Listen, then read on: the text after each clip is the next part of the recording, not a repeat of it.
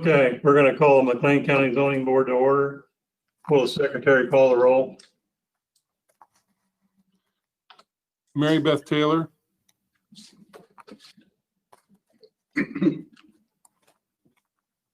Here. Brian Bangert. Here. Michael Kurtz. Present. Rick Dean. Julia Turner. Present. Ruth Novosad. Present. Jim Finnegan. Here. I think Jim Finnegan will still show up. He said he would. So I think he'll still attend. We do have a quorum. Me and Rick Dean. I mean, Rick Dean. Okay. We don't want two Jim Finnegans. Maybe two Julia Turner. Sorry about that. Has everyone looked at the minutes? Yes. Somebody want to make a motion for approval? I move that we approve minutes as written. I'll second that. Okay, we have a motion by Kurtz, a second by Taylor. Could we have a roll call vote?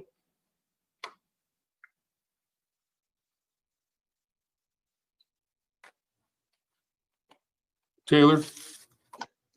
Yes. Bangert. Yes. Kurtz. Yes. Turner. Yes. Novosad. Yes. Finnegan. Yes. Motion passed. Is there anyone, you know, Phil, that's going to talk about things for that's not on the agenda?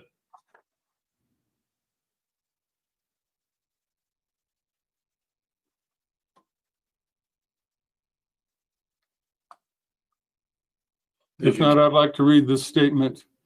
If any case is finished and the ZBA has discussed it and voted on it, the case will be considered complete. If any case is not finished, or if the go-to-meeting system crashes, or the ZBA members are not able to adequately communicate before a vote is taken on a case by the ZBA, the case will be continued until 7:30 p.m. on Tuesday, September 1, 2020. Please contact the Department of Building and Zoning at 309-888-5160 for a link to this meeting. The ZBA bylaws allow the chair to impose time limits on opening, closing, or other statements or questions or any portion of the proceedings.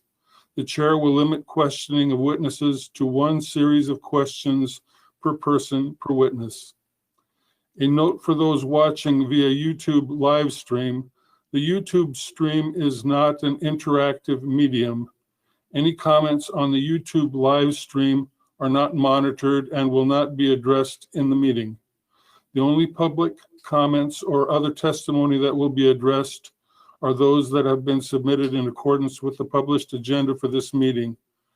Please mute your phones or computers and turn your cameras off unless you are on the ZBA or you are approved to speak.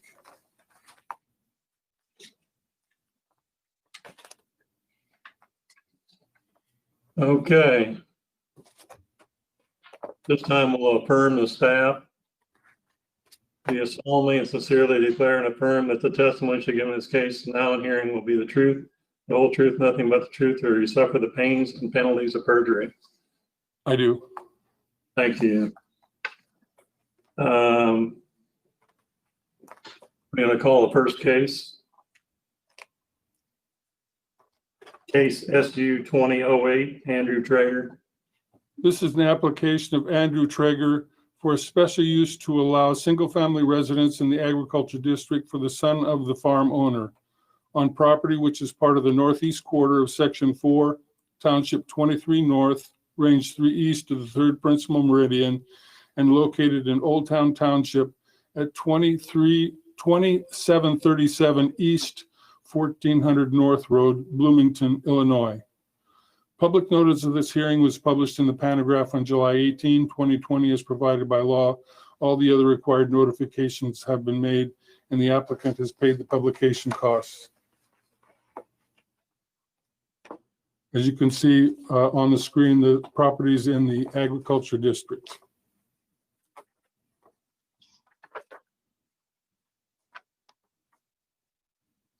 Next exhibit. The applicant performed a land evaluation and site assessment that was included in this special use and will be included in the staff report.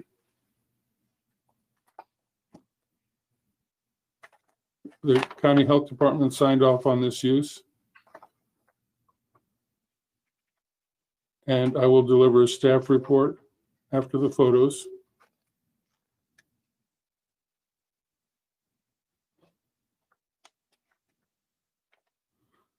This is Route 9 facing east in front of the property and facing west. Subject property is to the left, and this is facing the property across the road to the north. And this is the subject property where the applicant is going to put the driveway to the residence. And this is facing to the southwest and the southeast.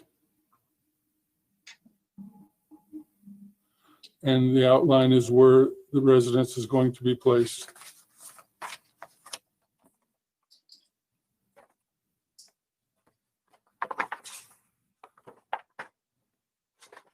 This is a plat map show. No, this is the next case.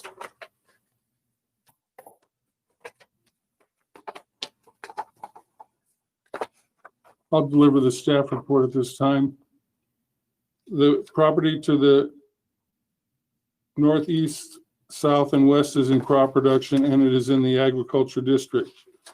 The property is on 2 acres. It has 50 feet of frontage on the south side of 1400 North Road, or Illinois Route 9. The topography is relatively flat. It drains to the southwest, and the property is in crop production. A land evaluation and site assessment was performed on the site. It has a soil score of 95.5 out of a maximum of 100, and it has a site assessment score of 144 points out of a maximum of 200, giving it a total score of 239.5 points out of a maximum of 300 points.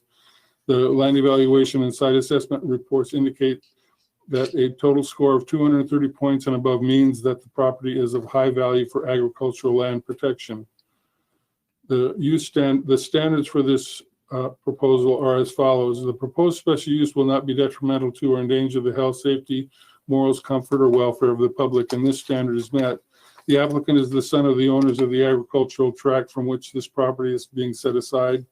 The proposed special use will not endanger the health, safety, morals, comfort, or welfare of the public. The proposed special use will not be injurious to the use and enjoyment of other property in the immediate vicinity for purposes already permitted or substantially diminish property values in the area. This standard is met because the proposed dwelling for the son of the farm owners of the agricultural tract is compatible with uses in the vicinity. 3, the proposed special use will not impede the orderly development of the surrounding property for uses permitted in the district, and the standard is met. The applicant is the son of the owners of the agricultural tract for which this property is being set aside. Nearby land that is suitable for crop production will continue to be desirable for such use. Adequate utilities, access roads, drainage, or other necessary facilities have been or will be provided.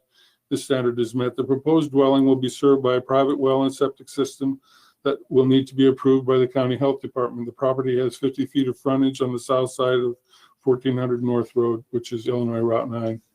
Adequate measures have been or will be taken to provide ingress and egress so designed as to minimize traffic congestion in the public streets. This standard is met. It appears that safe site distance can be provided at the proposed entrance, and the applicant will need to obtain an entrance permit from the Illinois Department of Transportation before he can obtain a construction permit. 6, the establishment, maintenance, and operation of the special use will be in conformance with the intent of the district in which it is located, and this standard is met. And 7, the proposed special use in all other respects conforms to the applicable regulations of the district in which it is located, and this standard is met. In the agriculture district, the zoning ordinance allows a non-farm residence for the son or daughter of the farm owner. In conclusion, staff recommends that this application meets all the standards set forth in the zoning ordinance, provided that one of the initial occupants is Andrew Traeger, the son of the owners of the farm property from which this property is being set aside, and provided the applicant obtains an entrance permit from the Illinois Department of Transportation. And that concludes my report. Let's make a note that Rick Dean has joined the group. I don't know if we need to check his mic. Yeah, thank you, Chairman. I was going to make a point that I was here for the entire deal. Yep, I saw you pull in. Mr. Traeger. Yes, sir. Okay. Would you like to be sworn in? If that is protocol, I'd be happy to. See your head down just a little bit. Now move your finger up. Yeah, there we see it. Okay, do you solemnly swear that the testimony you should give in this case now and hearing will be the truth, the whole truth, nothing but the truth, so help you God? I do. We'll use, how about Dan? Is he going to say it? I do. If I do, it'll be the truth. I'll try and be quiet. Well, that'll be the first time, but Thanks, Jim. will you state your names and addresses for the record? Andy Traeger, current address is 19441 US Highway 150, Bloomington, Illinois, 61705. Let's get yours, Dan. I'm Dan Traeger. My address is 20691 East 1400 North Road, Bloomington, Illinois, 61705. Did you get that, Phil? Was it 20697? 20691.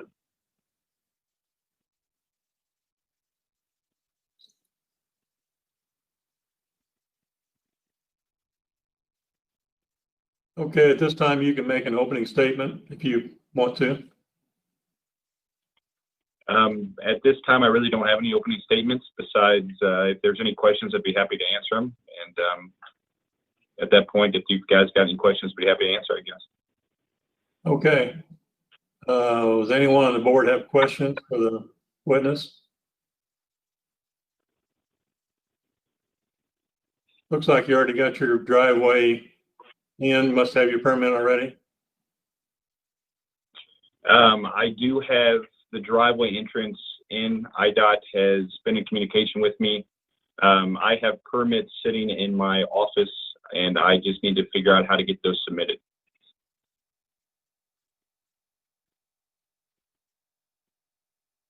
Okay. Has anyone called in about this case, Phil? No, they have not. So do we need to put some time out there, or we just move on? We can see if anybody is online who wants to speak to this issue. Okay, at this time, is anyone online wants to ask questions or get testimony for this case? Please speak up.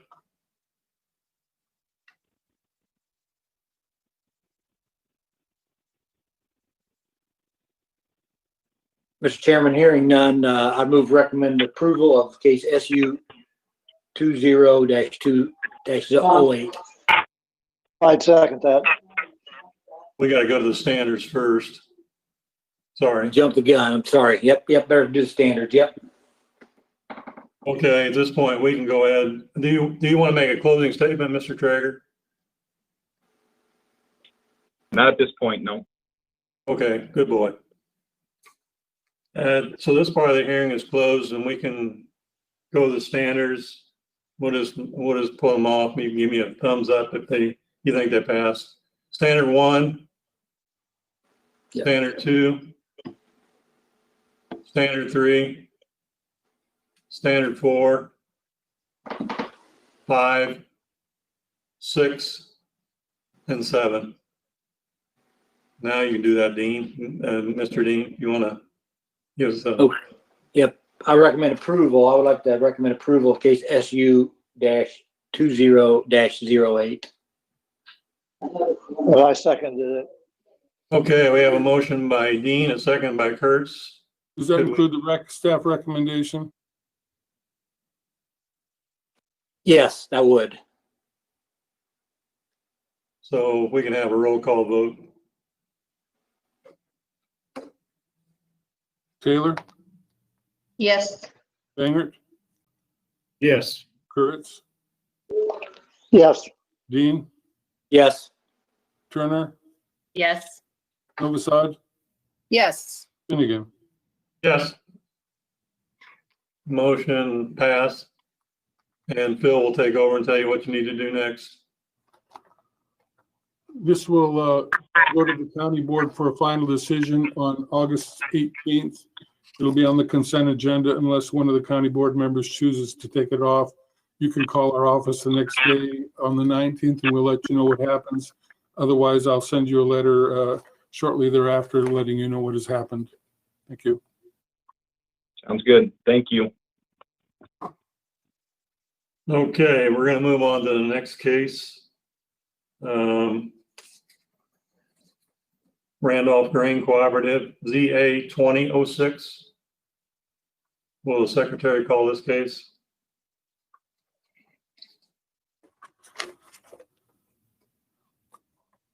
Case number ZA-20-06, application of Randolph Grain Cooperative Company for a map amendment to change the zoning classification from agriculture district in part and M1 restricted manufacturing district in part to the M2 general manufacturing district on property which is part of the east half of section 9 and the west half of section 10, township 22 north, range 2 east of the third principal meridian, located in Randolph Township at 15140 east 625 North Road, Hayworth, Illinois. Public notice of this hearing was published in the Panagraph on July 18, 2020, as provided by law. All the other required notifications have been made.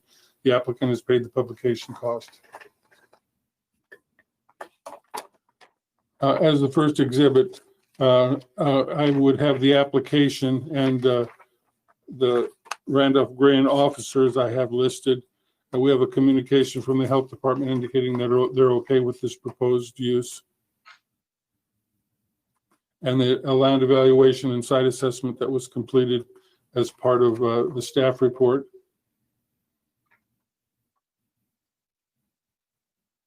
And a plat map showing where this property is located in Randolph Township. And this is a zoning map showing the different zoning in the area.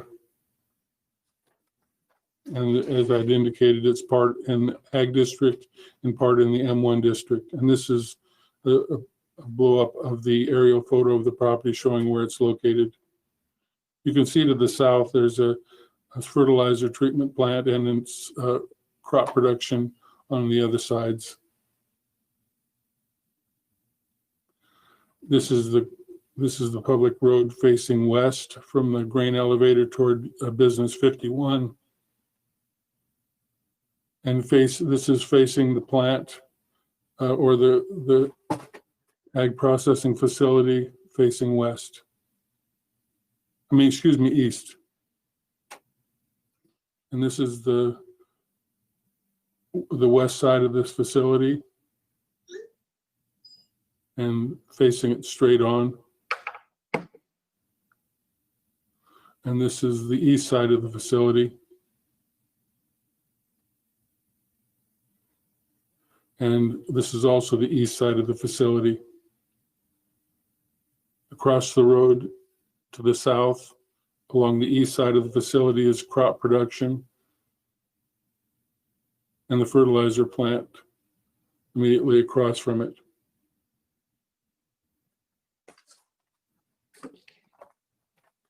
And then this is the aerial photo again.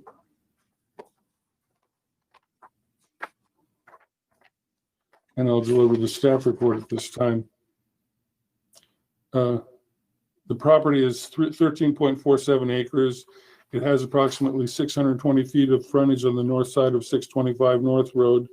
The topography is relatively flat. The public road is an asphalt road 22 feet in width. The property to the north, east, and west is in the agriculture district. The property to the south is in part in the ag district and part in the M1 restricted manufacturing district. The land use to the northeast and west is in crop production. To the south is a fertilizer distribution facility and crop production. The land evaluation and site assessment soil score was 96.3 out of a maximum of 100.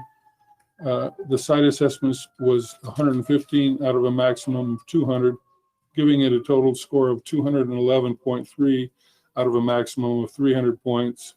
The lease report indicates that a total score of 290 points and below means that the property is of low value for agricultural land protection.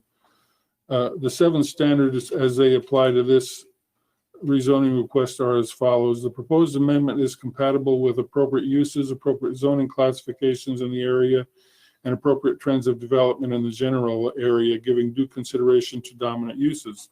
This standard is met. The applicant owns and has operated the Randolph Cooperative Grain Company agricultural processing facility on this property for many years. Parts of this property is in the agriculture district and part is in the M1 district. Agricultural processing facilities require a special use permit in the ag district and the M1 district. These facilities are a permitted use in the M2 district. The applicant most recently expanded this facility in the ag district in 2019 after approval of a special use in case SU-19-04. The applicant is proposing to have one zoning district encompass the whole operation rather than having the property split by 2 different zoning districts. The property to the south is in part in the M1 district and in part in the agriculture district.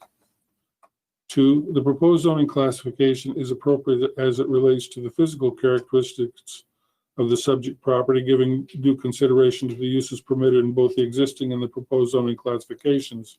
This standard is met. The topography and dimensions of the property are suited for uses permitted in the M2 district as well as the ag district and the M1 district. Adequate safe accessibility to this property from a public road is available or can be reasonably supplied, giving due consideration to uses permitted in the proposed zoning classification, and this standard is met. The property has approximately 620 feet of frontage on the north side of 625 North Road, an asphalt road 22 feet in width. The applicant proposes to use the existing access to 625 North Road that appear to provide safe sight distance. Adequate public roads connected to the arterial highway system are available or can reasonably be supplied to serve the uses permitted in the proposed zoning classification, and this standard is met. The property is located along 625 North Road, an asphalt road 22 feet in width, approximately a quarter mile from Old US Route 51. The proposed amendment is consistent with the need to minimize flood damage and the development of the subject property for the uses permitted in the proposed zoning classification will not have a substantial detrimental effect on the drainage patterns in the area, and this standard is met. The property is relatively flat and not located within the 100-year flood hazard area. Adequate services, including but not limited to fire and police protection, schools, water supply, and sewage disposal facilities are available or can be reasonably supplied to serve the uses permitted in the proposed zoning classification, and this standard is met. The property is served by a private well and septic system. The Health Department recommends approval of this request. The Randolph Township Fire Protection District provides fire protection for the subject property. 7, the proposed amendment is consistent with the public interest, giving due consideration to the purpose and intent of this ordinance, and this standard is met. In conclusion, staff recommends that this application meets all of the standards set forth in the McLean County zoning ordinance. That concludes my report. I'm presuming, Steve, you're going to be representing the co-op. Yes, I am. Would you like to be sworn in? Sure. Do you solemnly swear that the testimony you give in this case now in hearing will be the truth, the whole truth, nothing but the truth, so help you God? I do. Would you state your name and address for the record? Steve Cope, 1000 Sterling Glen Court, Normal, Illinois, 61761. Did you get that, Phil? Steve, could you repeat that, please? 1000 Sterling Glen Court, Normal, 61761.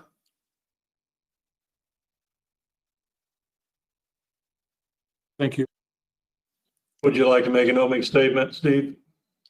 Well, all I've really got to say is we just request this zoning change so that we can put all of our parcels under one zoning. And in the future, when we do want to build anything else, we can not have to go through the special use, that we'll be able to just get a building permit normally. Sounds like a deal. Would anyone on the board have questions of the applicant?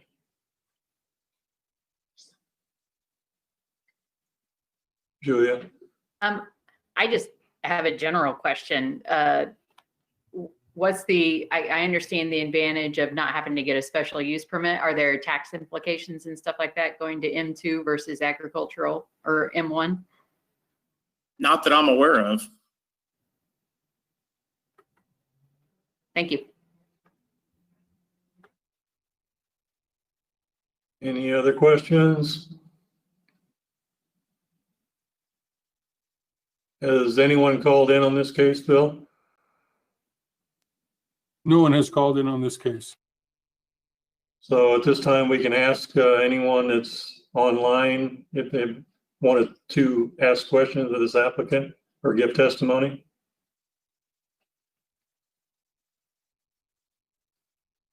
Looks pretty quiet. I think you can make a closing statement if you want to, Steve. Well, just thank you for your time. Okay, this part of the hearing is closed and we can go to standards on it, if that's okay with everybody. So standard number 1, 2, 3, 4, 5, 6, and 7.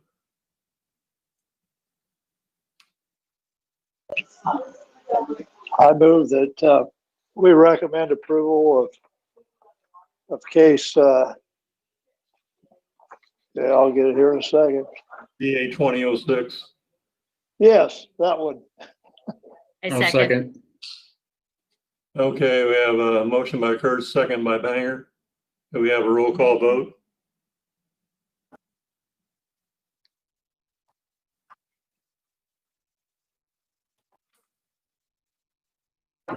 Taylor, Yes. Bangert, Yes. Kurtz, Yes, Dean, Yes. Turner, Yes. Novosad, Yes. Finnegan. Yes. Mr. Cope, this goes to the county board on the 18th in the evening at their meeting. It'll be on the consent agenda, and unless one of the county board members chooses to take it off, and you can call our office in the morning on the 19th to find out what happened. It'll be a few days before the ordinance for this gets signed, usually after that date, but by the end of the week, we'll have something mailed out to you. Okay, thank you. Thank you. Okay, we're gonna move on to the next case, ZV 2008. Will secretary call the case?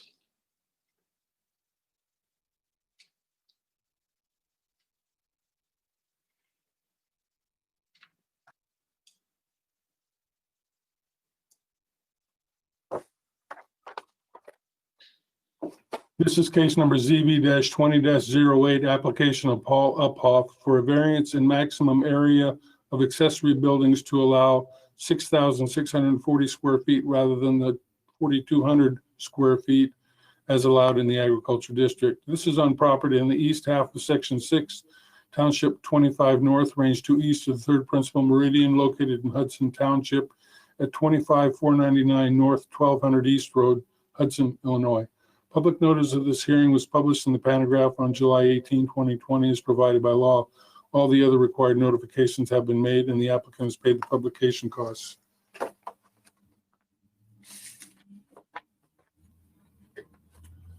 The county health department has signed off on this special use. I have an application, and this is a site plan showing where circled in or a rectangle in black where the applicant proposes to build this facility. North is to the left in this map. And the house is to the south here at the bottom, which is to the east of where this proposed building will be located. The public road is to the west, which is down from the house and runs left to right, and it goes up toward Lake Evergreen, where this property is located, which is north of Lake Evergreen. This is a survey of the applicant's property, and if you look at this dotted line in the middle, or to the north of this, that's the Mackinac River. So the Mackinac River kind of runs through the applicant's property. And this is the proposed building he wants to build on the property.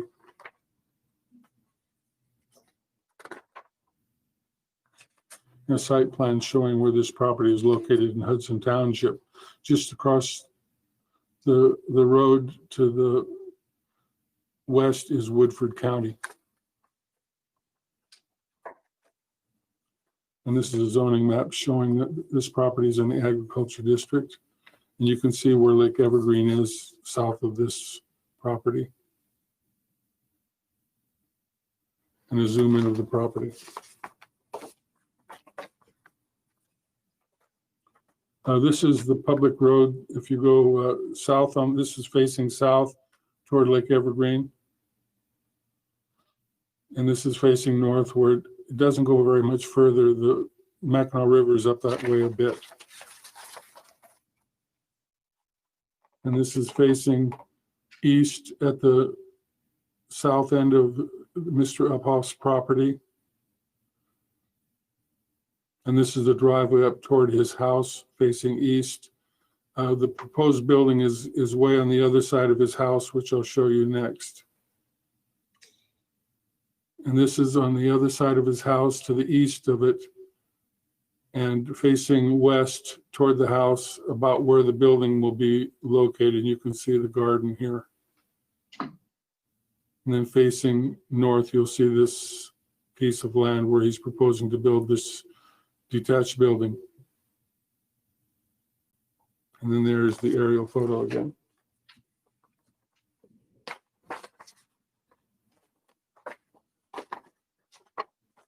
I'll deliver the staff report at this time. The property is surrounded by the agriculture district on all sides. On the west, it's the agriculture district in Woodford County. The surrounding land use to the north is a wooded area and residence. To the south, pasture and wooded area. To the east, wooded area. And to the west, pasture and residence. The background information: the applicant proposes to construct a 60-foot by 64-foot building in which to store and maintain its farm equipment and to shelter a sawmill. The standards for this variance are as follows. The physical surrounding shape or topographical conditions of the specific property will cause a particular hardship to the owner as distinguished from a mere convenience if the strict letter of the regulations were carried out. This 19.68 acre property is large for a residential lot in the ag district. Typical lots are 1 to 3 acres in area. The property contains a significant amount of timber. The applicant claims that he needs a larger accessory building than the zoning ordinance allows in which to store and work on farm equipment that he uses to maintain the premise and to house a sawmill. 2, the conditions upon which a petition for a variance is based are unique to the property for which the variance is sought and are not applicable generally to other property in the same zoning classification. In this, the relatively large 19.68 acre property is adjacent to wooded areas to the north, south, and east, and a pasture to the west. The proposed building will be more than 100 feet from any property line.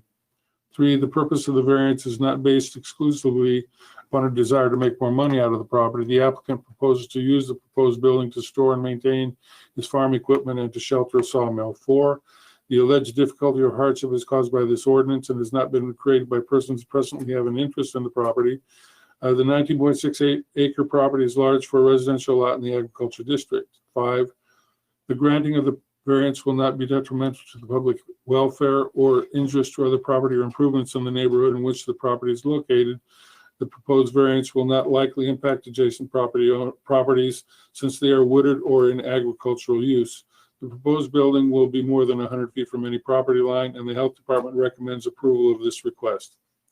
6, the proposed variance will not impair an adequate supply of light and air to adjacent property or substantially increase the congestion of the public street or increase the danger of fire or endanger the public safety or substantially diminish or impair property values within the neighborhood. And the proposed building will be more than 100 feet from any property line. 7, the variance requested is a minimum variance that will make possible the reasonable use of the land or structure. The applicant proposes to use the proposed building to store and maintain its farm equipment and to shelter a sawmill. In conclusion, staff recommends that this application meets the standards set forth in the McLean County zoning ordinance.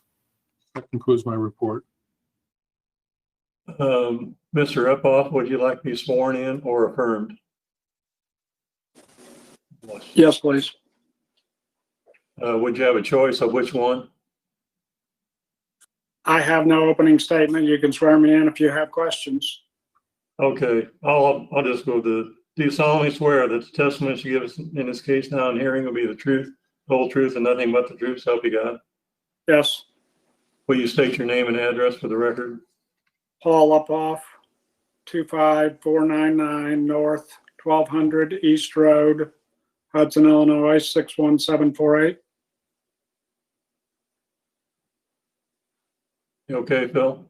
Yes, I got. Okay, would you like to make an opening statement? No, Okay. Would anyone on the board have questions for the witness?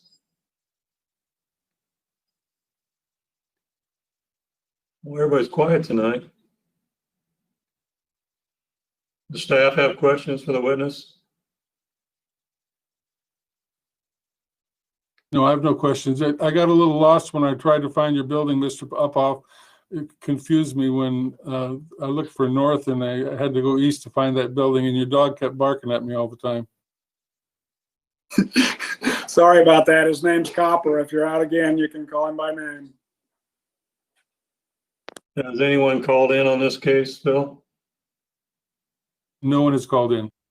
Okay, we'll give him a minute. I mean, if there's somebody out there that wants to speak to this case, asking questions or giving testimony, now's your shot.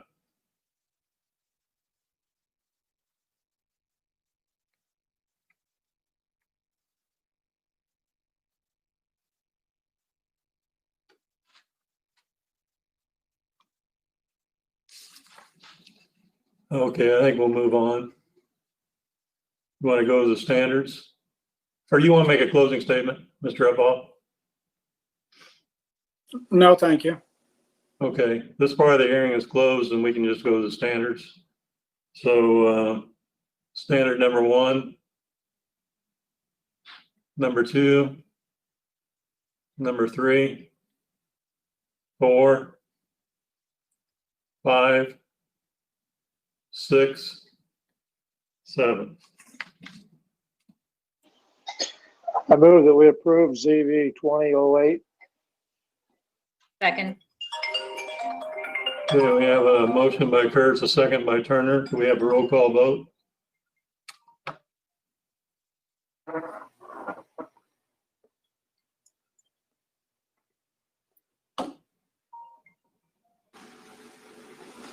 Taylor, Yes.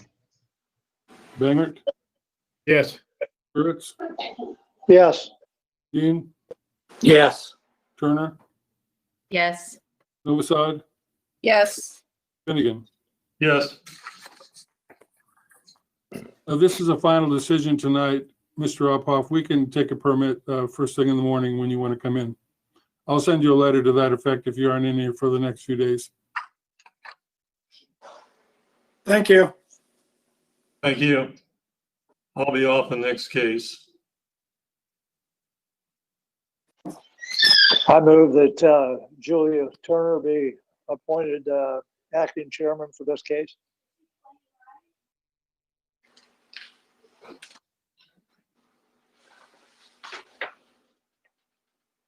I'll second that.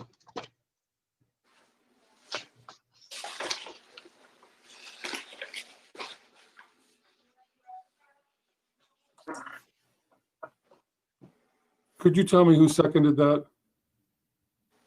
Taylor? Thank you. I'll do a roll call.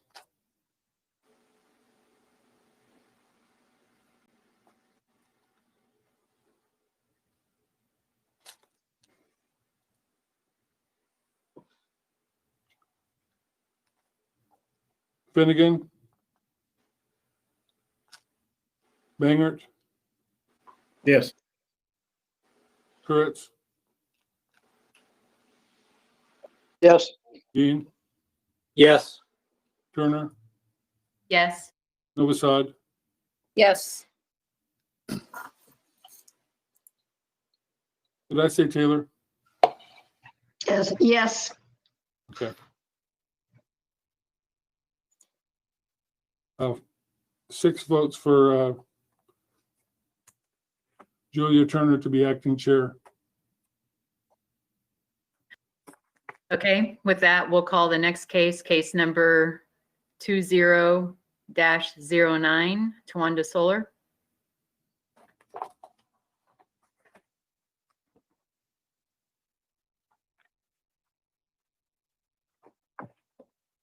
This is case number SU-20-09, application of Tawanda Solar LLC by Cypress Creek Renewables to amend and renew special use case SU-18-14 for a solar power generating facility in the agriculture district. This is on property in the southeast quarter of section 23, township 23 north, range 1 east of the 3rd principal meridian, located in Dale Township, immediately southeast of the intersection of 1075 East Road and Scottsdale Avenue. Public notice of this hearing was published in the Panagraph on July 18, 2020, as provided by law. All the other required notifications have been made. The applicant has paid the publication costs.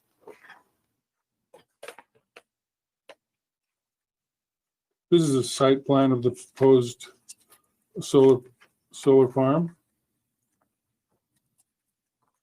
We did a land evaluation and site assessment that was included in the staff report. I had sent out a complete booklet of this application, as well as a digital version of the application, which is pretty lengthy. And they did an EcoCat. There are no endangered or species or areas that are environmental concern. That was included in the staff report. The health department has signed off on the proposed septic system. Well, there is actually going to be no septic facilities on the property, and that's why the health department signed off. And this is just a clarification that I spoke with the applicant, indicating that the setback will be at least 100-foot setback from the center line of the township road, because conceivably there will be a collector road that's going through there on its way to Shirley. And a plat map showing where this property is located in Dale Township. And a zoning map showing where this property is located in the agriculture district.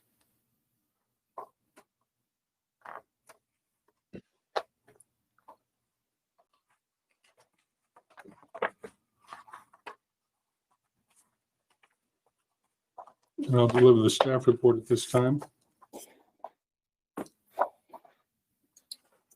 This is on 73 acres of property.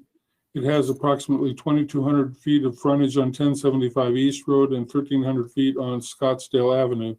The topography is relatively flat. It drains to the south. The vegetation is crop production. Oh, I didn't show the photos, excuse me.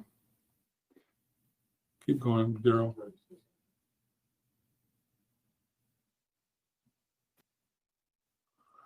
This is along the south edge of where the solar panels will be located, facing east. This is facing northeast, excuse me, and then facing north. The property is to the right or to the east. This is the township road. This is the corner at Scottsdale Avenue and facing southeast and facing back up or toward the south again at the corner here. And then facing east on Scottsdale Avenue. I'll continue delivering the staff report this time. The topography is relatively flat. The vegetation is crop production. The public road is 1075 is 15.5 feet in width. Scottsdale Avenue is 16.5 feet in width. The property is surrounded by land in the agriculture district, and it is surrounded by land in crop production. The soil score for the land evaluation and site assessment is 85.5 out of a maximum of 100 points. The site assessment is a score of 146 out of 200 points, giving it a total score of 231.5 points out of a maximum of 300 points. The leases report indicates that a total score of 230 points and above means that the property is of high value for agricultural land protection. The standards of this use are as follows. The first standard, the proposed special use will not be detrimental to or endanger the health, safety, morals, comfort, or welfare of the public. This standard is met. The applicant applied for and received approval for a special use for a solar farm in case SU-18-14 by the McLean County Board on August 21, 2018. Since that special use will expire on August 22, 2020, the applicant wants to amend and renew that special use to allow construction to begin after August 21, 2020. The applicant proposes to establish a 2 megawatt solar power generating facility on this property, which will meet all of the county setback requirements and use standards for a solar power generating facility.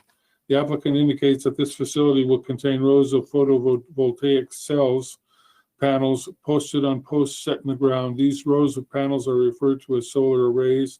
Cypress Creek Renewables will mount the solar arrays in one of two ways: one on a fixed tilt or a tracking system, which allow them to follow the sun throughout the day, and after site specifics and design components are more fully developed for this farm, Cypress Creek will determine which system is more appropriate for the site, the tracking or the fixed tilted.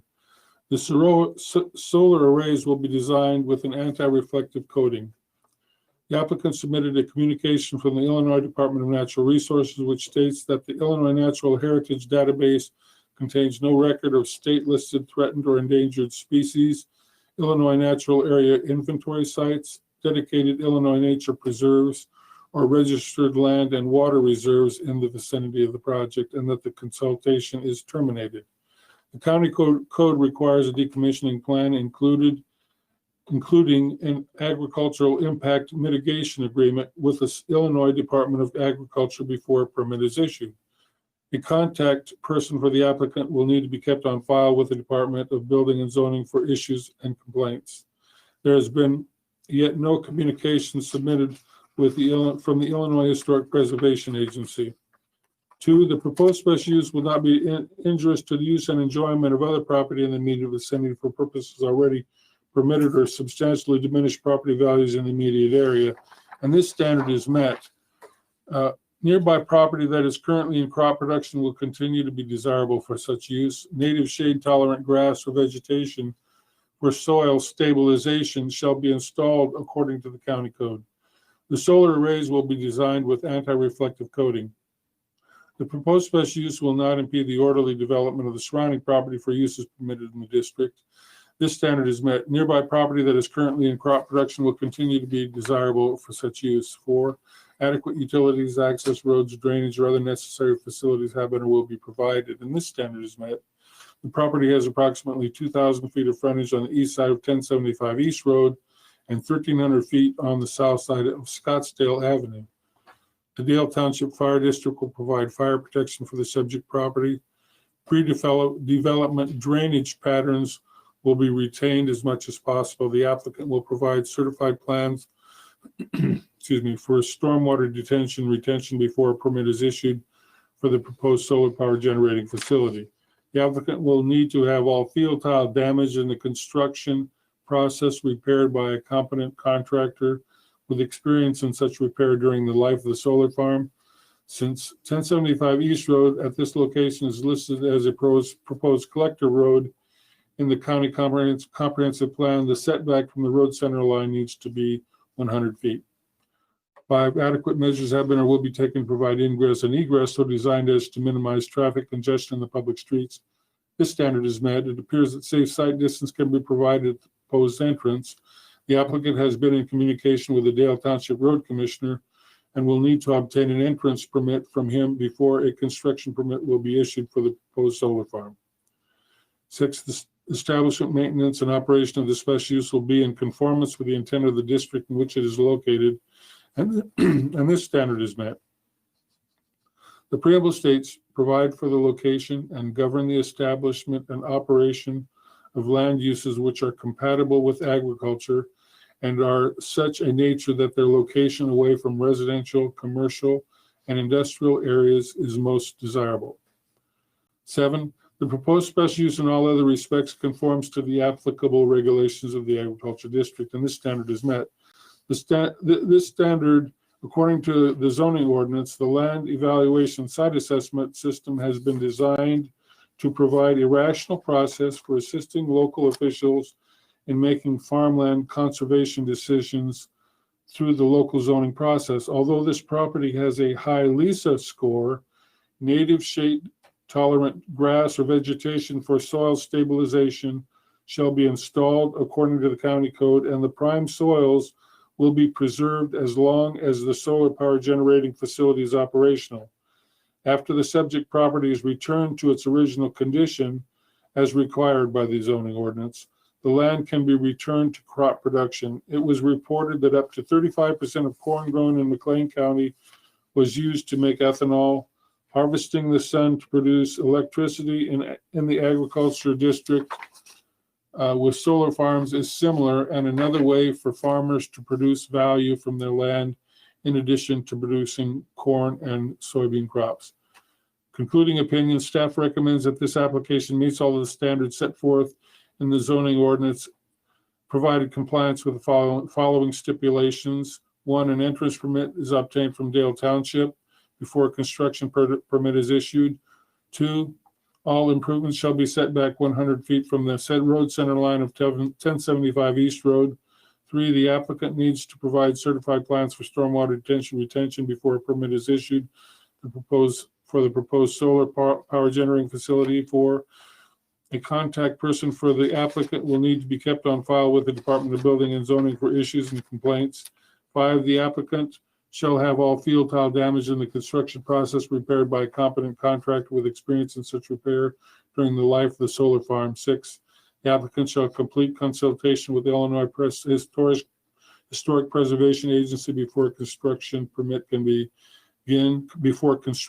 begin. 7, development shall follow the plans and documents submitted with the application and with zoning regulations, including Article 6, Section 350-43. 003 use standards for a solar power generating facility. That concludes my report, but as an attachment, I've attached use standards for solar power generating facilities for those of you who have any questions or what are the standard conditions that they now have to meet since the zoning ordinance includes these use standards for solar power generating facilities. That concludes my report. Okay, thank you. Who will be testifying on this? That'll be myself, Matt Kaufman from Cypress Creek Renewables. Okay, Matt. I will swear you in. Okay. Do you promise to tell the truth, the whole truth, so help you God? Yes, I do. All right. Do you have an opening statement? Yes. Do you want me to give my address as well? Oh, yeah. Thank you. Yes. My address is 100 Main Street, Tiskilwa, Tiskilwa, Illinois, 61368. You got that? Yes, thank you. Okay, you can go ahead and give your opening statement. Okay. Yeah, basically, as we spoke last time related to our other project, Breezewood Solar, Cypress Creek Renewables is still very actively working in the Illinois market on the solar energy projects. Due to some delays in the implementation of the Illinois Solar Energy Program, this project has been delayed.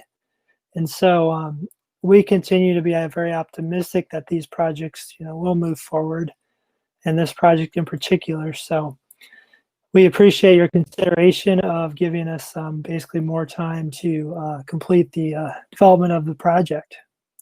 Thank you very much for your time. And the other thing I'll say is that everything in the project has stayed the same. We haven't made any changes based on our original application. Thank you. Does anyone on the board have any questions for this applicant? Yes, did I miss it, or how long are we extending this, this for? A special use lasts for 2 years. So we're extending for an additional 2 years then. That's correct. Yeah, if nothing's changed, I don't have anything.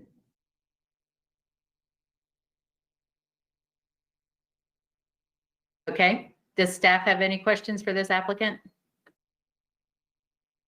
No, we do not. Is there anyone on this call tonight that has any questions for this applicant?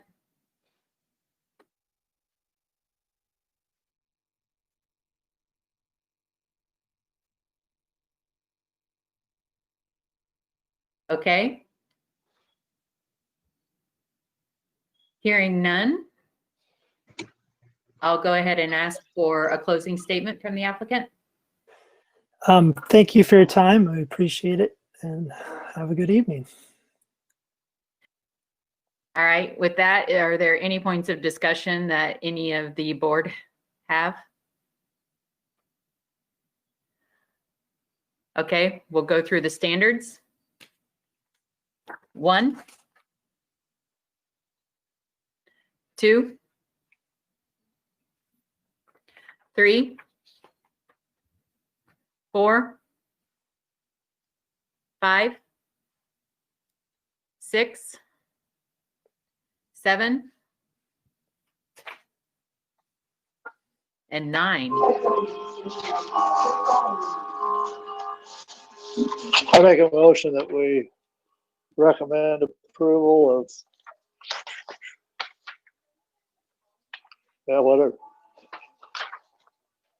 of case 2009 with including the 7 amendments or conditions that staff had recommended. I second that. Okay. Motion by Kurtz, seconded by Novosad. Roll call vote.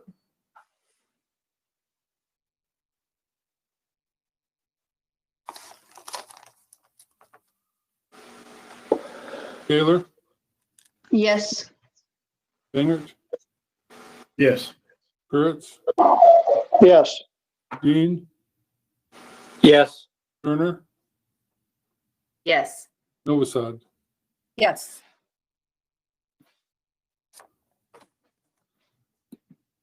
That will go to the county board for a final decision on August 18th on the consent agenda. It'll be taken off the consent agenda if one of the county board members chooses to take it off. You can call our office on the 19th to find out what the results are, and I will send a letter off to you shortly thereafter. Great. Thanks very much. You want to do the next case, Julia? Nope. Do we need to get a motion to get Jim back on here? I don't think we do. Okay, great. Okay, we're gonna move to the next case, at this time ZA 2005. I don't know how we handle this, because I think this is all you, Phil. Okay. I had sent notice of this public hearing to the chairman of the Land Use Committee, Chuck Erickson, and he had planned to attend initially. But I told him if he had something else come up that I would take care of it. And he called me or emailed me late this afternoon indicating he had to go to another meeting.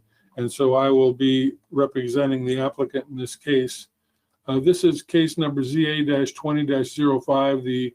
It's an application of the McLean County Land Use and Development Committee for a text amendment of the zoning ordinance of the Code of McLean County to include the following language. An applicant may first submit an application for an amendment to the Land Use and Development Committee for advice or recommendation prior to submitting it to the Department of Building and Zoning. Public notice of this hearing was published in the Pantograph on July 18 as provided by law.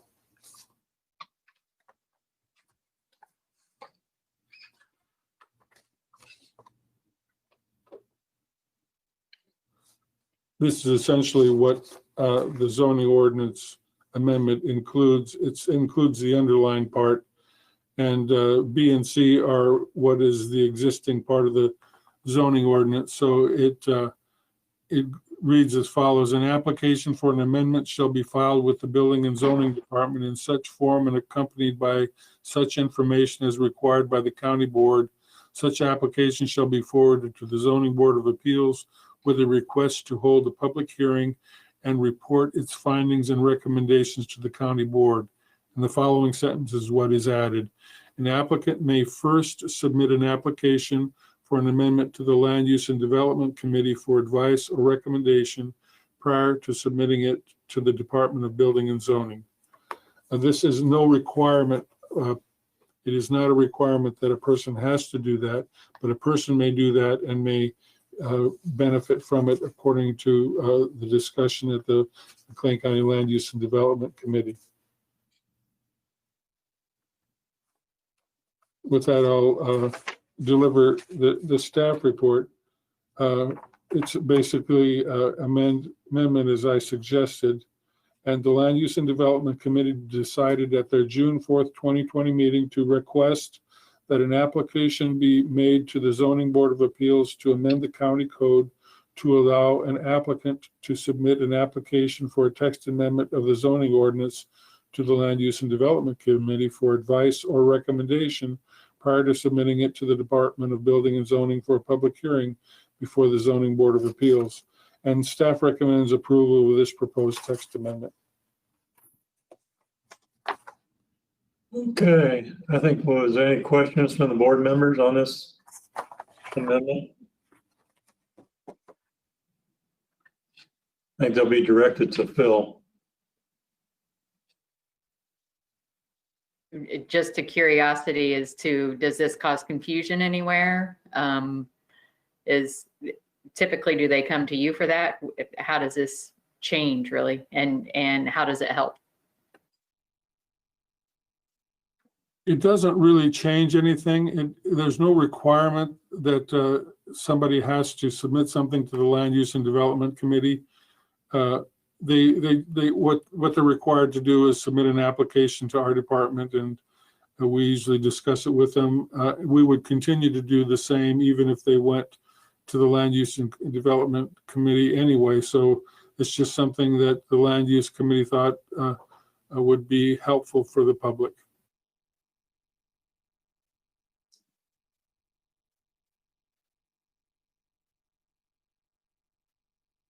Has anyone called in on this case tonight, Bill? No one has. Okay, do we need to ask anybody about if they want to talk about it? Yes. Okay, at this time, would anyone calling in want to speak to this case and have questions or give testimony? Yes, I'd like to ask some questions. It must be Anna Ziegler. Yes, it is. We don't have you on. We don't have your Do lovely you need picture. my video on? I can plug it in.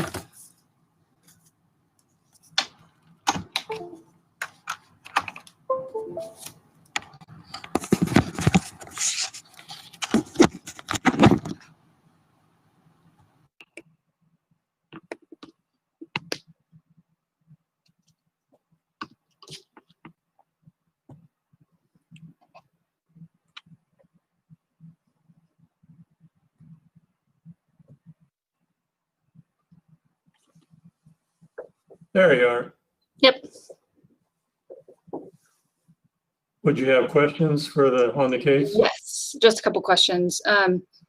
So Okay. how would, if a text amendment goes to the Land Use Committee first, how would it be how would the discussion that happens at the committee be entered into the zoning process? Would it come through as testimony? Would the minutes be presented? How would that process work? My understanding is that they would advise the applicant as to how the wording of the text amendment should be. It wouldn't necessarily be any minutes that would be submitted with it. It would just help the applicant submit a more complete application or better wording for the text amendment. And for folks that come to the land use committee, members of the public, would they be, if they make comment on the text amendment, because it would be an agenda item, would that be considered testimony? Or would the folks that ask questions be subject to cross-examination like they are at a zoning hearing? They would not be completing a public hearing at the land use committee if that's your request, your question. Yeah, I'm just questioning how the process is going to work, because it'll be a two-step process instead of a one-step process. So just clarifying how that might work. My understanding is that it would be put on the agenda and the land use committee would discuss it with the applicant. There wouldn't be a public notice of this meeting. It would be an agenda item. The land use committee certainly could listen to public comment.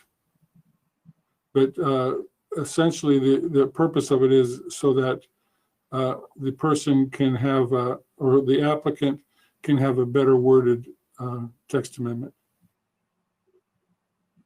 And since zoning board is not supposed to consider ex parte communication, would there be any conflict if the amendment goes through comments and questions at the land use committee that are not considered part of the hearing?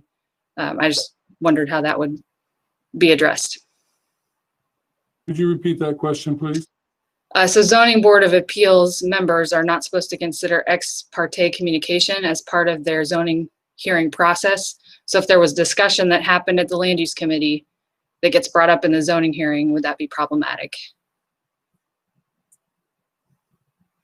It would not be problematic for the zoning board of appeals, because what would any discussion that could be shared from the land use committee would be in front of the zoning board of appeals. And so that information would be shared at the public hearing. It wouldn't be shared separately outside the public hearing. Okay, thank you. Okay, thank you. Does anyone else have questions or want to give testimony in this case?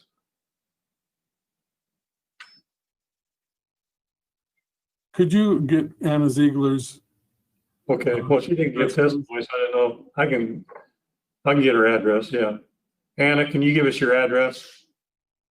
Yeah, the office address is 2242 Westgate Drive, Bloomington, 61705.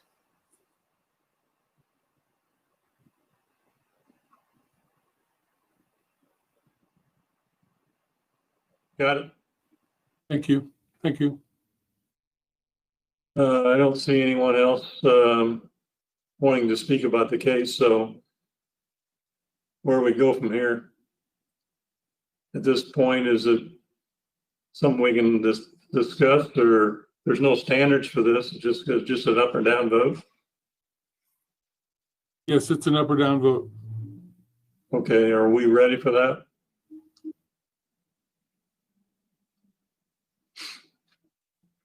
Yes, yes, Okay. I think we're ready.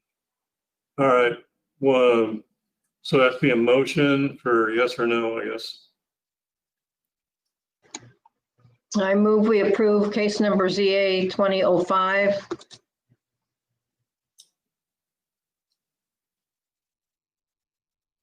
I'll second it. Okay, we have a motion by Taylor, a second by Kurtz. Can we have a roll call vote?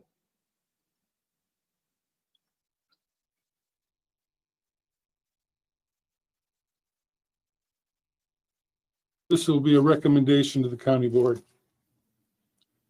Taylor, Yes. Bangert, Yes. Kurtz, Yes. Dean, Yes, Turner, Yes. Novosad, Yes. Finnegan. Yes. I think that was approval.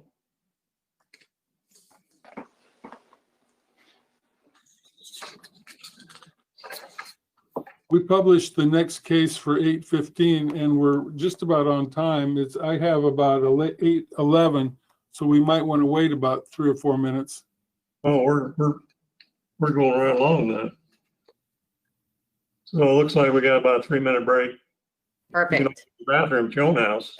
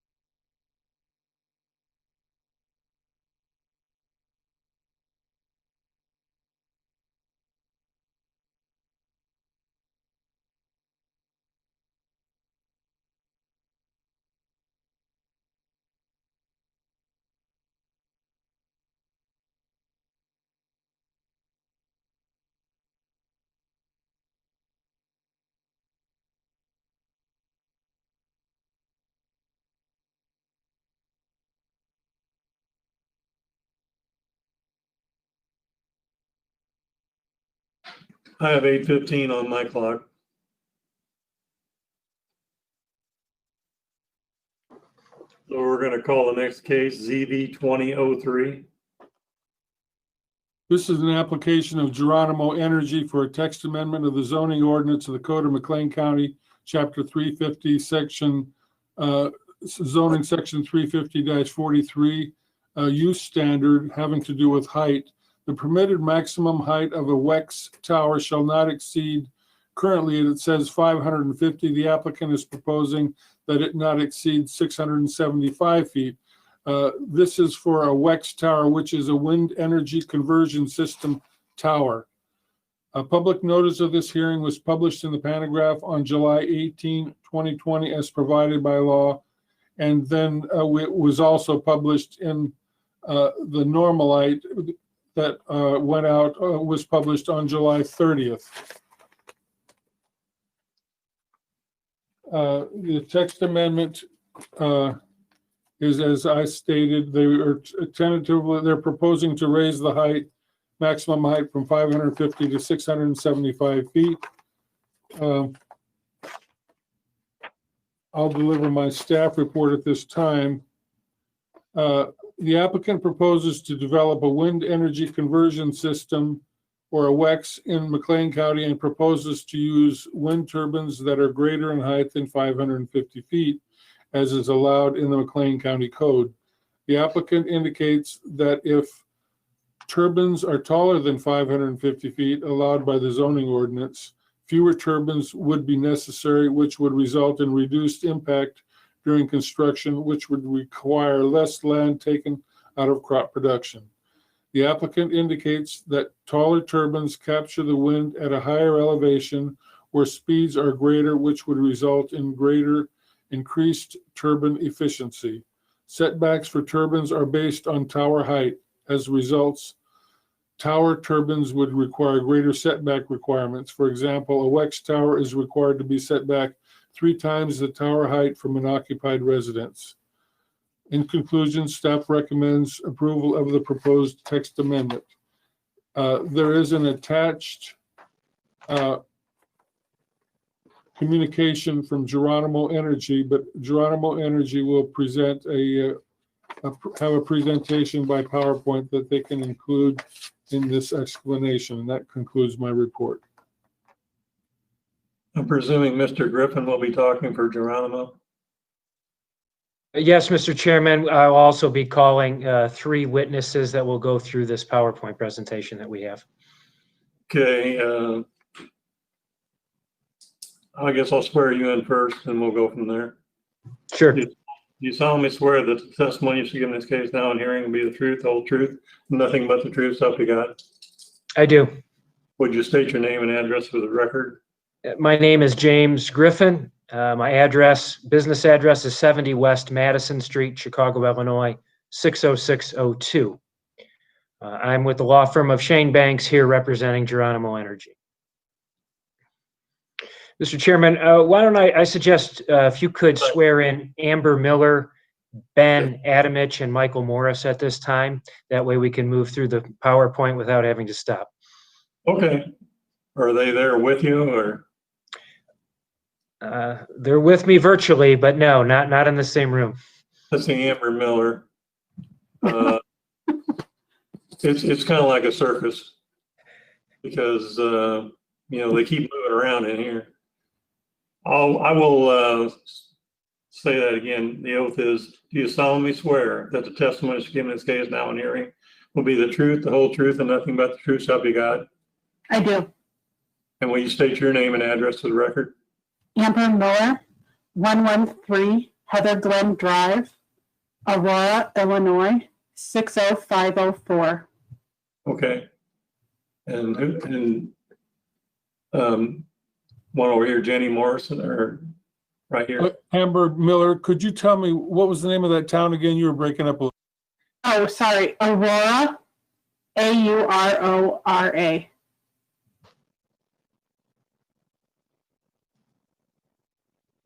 And then Mrs. Miller is the next one. She has her mic on. I don't. Who's the next person, Mr. Griffin? The next person, Ben Adamich, please. Okay, down here at the bottom. Okay. You heard the oath, or do you solemnly swear that the testimony you give in this case now and hearing be the truth, whole truth, nothing but the truth, help you God? I do. Would you state your name and address?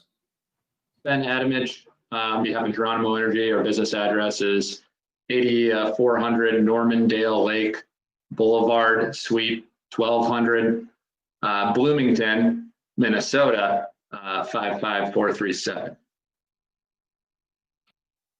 Is that all? And Michael Morris, Mr. Chairman. Michael Morris, right next. Will you turn your mic on, Mr. Morris? Okay. Do you solemnly swear that the testimony is given in this case now and hearing be the truth, whole truth, nothing but the truth, so help you God? I do. State your name and address for the record. Michael Morris. My address is 8400 Normandale Lake Boulevard, Suite 1200, Bloomington, Minnesota, 55437. You kind of cut in and out. I don't think Phil got it at all, but My address is 8400 Normandale Lake Boulevard, Suite 1200, Bloomington, Minnesota, 55437.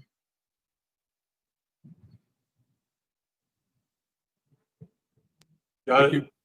Yeah. Is that it, Mr. Griffin? Ready, yes. Well, thank you.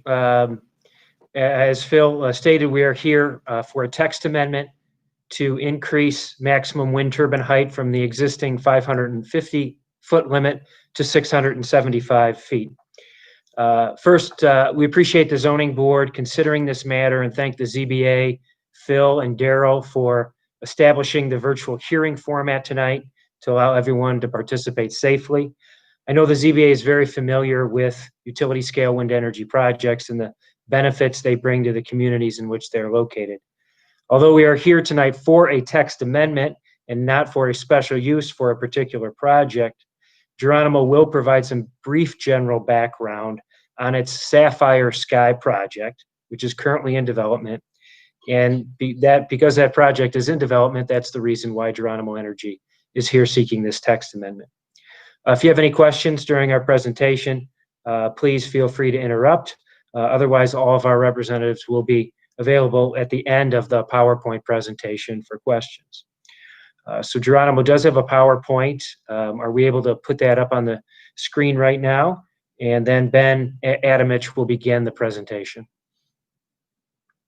You can take it over, Ben. Thanks, Jim. Hi, my name is Ben Adamich with Geronimo Energy here to talk about the ordinance amendment. So can everybody hear me okay? I'm assuming getting some nods, so I'll keep going. Just to give you a brief background here on Geronimo Energy, who we are, on the next slide. We're a company that was actually founded by a farmer in southwestern Minnesota who was approached by a wind energy development company in the early 2000s to put turbines up on his property. And he didn't really like the way they were treating folks in the area, and decided he could do it better himself. And so that was our genesis. And today we are one of the top and leading North American renewable energy development companies for both wind and solar projects. We've just successfully developed nearly 2,500 megawatts of wind and solar projects around the country, mainly in the upper Midwest. Most notably is two approximately 200 megawatt wind farms about 75 miles northwest of the Bloomington area in McLean County, one of which we own and operate today. Our team, this slide might be a bit dated, we're around actually 100 full-time employees today in our development, construction, and operations arms. We have a pretty robust pipeline around the country in the United States of around 7,000 megawatts or 7 gigawatts, and are still actively pursuing more. Next slide, I'll just tell you, we have been in front of this body about 2 years ago on a community solar project, but one update since that time, we were recently acquired by a company called National Grid. National Grid's a large multinational utility company based out of the United Kingdom. They're essentially the transmission grid operator in the UK. They also have a regulated utility arm in the northeastern part of the United States, which retails gas and electric. We're a part of their unregulated arm, National Grid Ventures, so we're essentially their renewable energy platform for North America. So what that's really done for our company is took us from, an industry leader to one of the strongest renewable energy developers in the country by bringing, some really strong financial backing to our company to allow us to keep building our portfolio and keep owning and operating the projects that we develop. So next slide, I'll just give you, that's a brief background on us. I'll tell you, a little bit about our interest in McLean County specifically and why we're here tonight. And then I'll pass it off to Amber Miller. The reason we're here tonight is we are proposing a text amendment to the ordinance. And our interest in McLean County stems from our proposed development of a wind project in the southeastern part of the county. The name of the project is Sapphire Sky Wind Farm. We're planning the project up to a capacity of 250 megawatts. Currently to date, we have a little over 30,000 acres signed in McLean County, constituting over 100 individual landowners within the county. We are currently working on, environmental due diligence, siting and engineering work with our project, and hope we can get to a point from a design, environmental, and stakeholder outreach standpoint. We're ready to submit for an SUP application by the end of the year here. We anticipate the earliest targeted construction date would be either a late fall 21 or early spring 22, and with an earliest completion date of the end of 22. Amongst the slew of benefits, economic benefits from the project that will provide to the surrounding area, the biggest will be the property taxes. So our property tax estimates for a project of this size coming to the county, we've estimated at around $67 million of property tax payments over 30 years, based upon the state standardized property tax assessment on wind energy facilities. We broke those down a little bit more, but we really see the benefit to these projects, coming to the school districts, where in Illinois, typically we're anywhere from 55 to 70% of your property tax payments go to the local school district. So those are often our biggest supporters. But we just wanted to let you know what we're working on, and this text amendment directly affects our development of the project. And so I'll pass it on to Amber Miller here to discuss the specifics of the text amendment and kind of the background thereof. Thanks, Ben. Next slide, please. As Mr. Griffin and Ben indicated, we are requesting that the height increase from the currently allowed 550 to 675 feet. Current trends in wind energy industry are to increase the turbine size with higher per turbine megawatt output and production capacity. So what that means for the project is, overall for the footprint of the site, it would be fewer turbines for the same megawatt capacity. So we're looking at 250 megawatts for our project. So that would mean fewer turbines for the overall site. And all things being equal, that would mean less construction impact due to fewer turbines, fewer collection lines, fewer crane paths, those kinds of things. So the construction impact would be less because of that. Next slide, please. Reduced noise emissions due to less turbines and increased distance from receptors. What that means is taller turbines tends to result in diminished audible sounds because it's a greater distance from the listener. Also, because they employ longer blades, they rotate at a slower speed to capture the same amount of energy, which reduces the aerodynamic noise. There's an increased turbine efficiency for these newer turbines, these taller turbines, which I think Michael will, he's our expert on turbines, and he'll talk about turbine efficiency a little bit more next. Fewer turbines to decommission at the end of the project life is also a benefit. Next slide, please. Utilizing fewer turbines reduces the amount of land removed from crop production. So there's more agricultural land available for the farmers to keep farming in the area. And fewer turbine locations help minimize the potential for cultural and environmental impacts. And as Ben just discussed, the tax implications will be exactly the same because the state has the tax calculations based on the megawatt nameplate of the project. So it's 250 megawatts regardless of how many turbines are utilized. So the impact for the county on the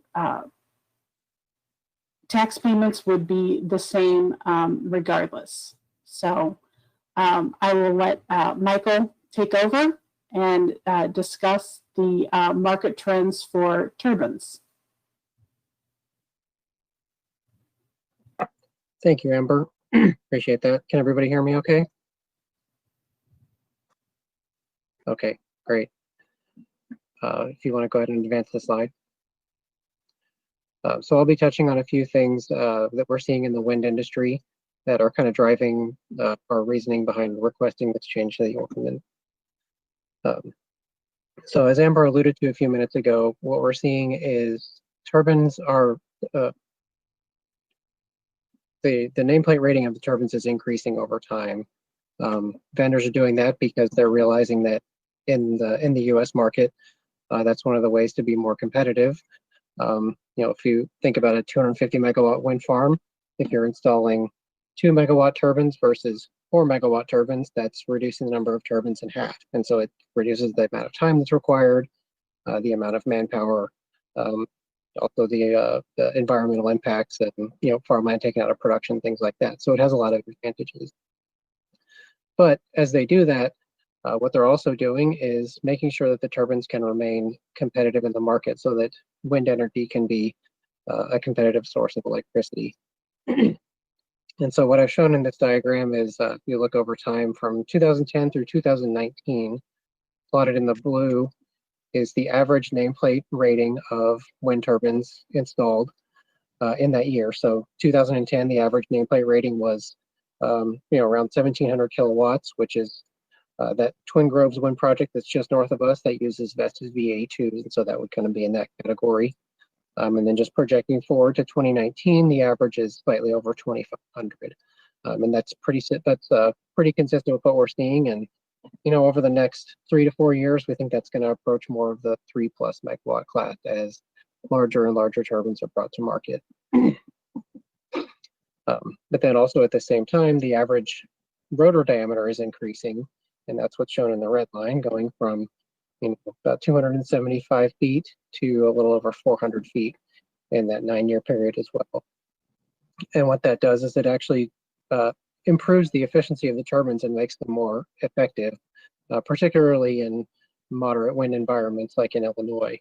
A lot of the premium wind sites, Texas, Oklahoma, Kansas, Minnesota, that have very strong wind speeds and are typically seen as the best wind sites. Those have been developed, and so manufacturers are targeting some of these medium wind sites that are further towards the eastern side of the country, and increasing the turbine efficiency to operate better at lower wind speeds helps that. And so you can see as the orange line projects forward, the specific power, which is just the ratio of the the generator rating to the swept area of the turbine decreases, so the efficiency is getting higher. And then another important thing to keep in mind is that the turbines that are being released now are really just outgrowth of turbines that have been on the market for the last 5 or 6 years. The Vestas V82s slowly turned into the Vestas V90, V100, and now Vestas is up to, they have a V116 and V120 class platform that they're installing all over the country right now. So if you'd like to advance the slide. And we can see that as again, like most of the premium wind sites with higher wind resource have been developed, developers are moving into some of these more moderate wind speed areas and kind of the Southern Great Lakes area. So you're seeing a lot more development recently in Illinois, Indiana, Ohio, Pennsylvania. You're still seeing a decent amount of development in the in the Great Plains areas, but those are limited by transmission and just generally most of the good wind spots have already been developed. But in order for a lot of these sites to be competitive, we're seeing developers file with taller and taller turbines as well.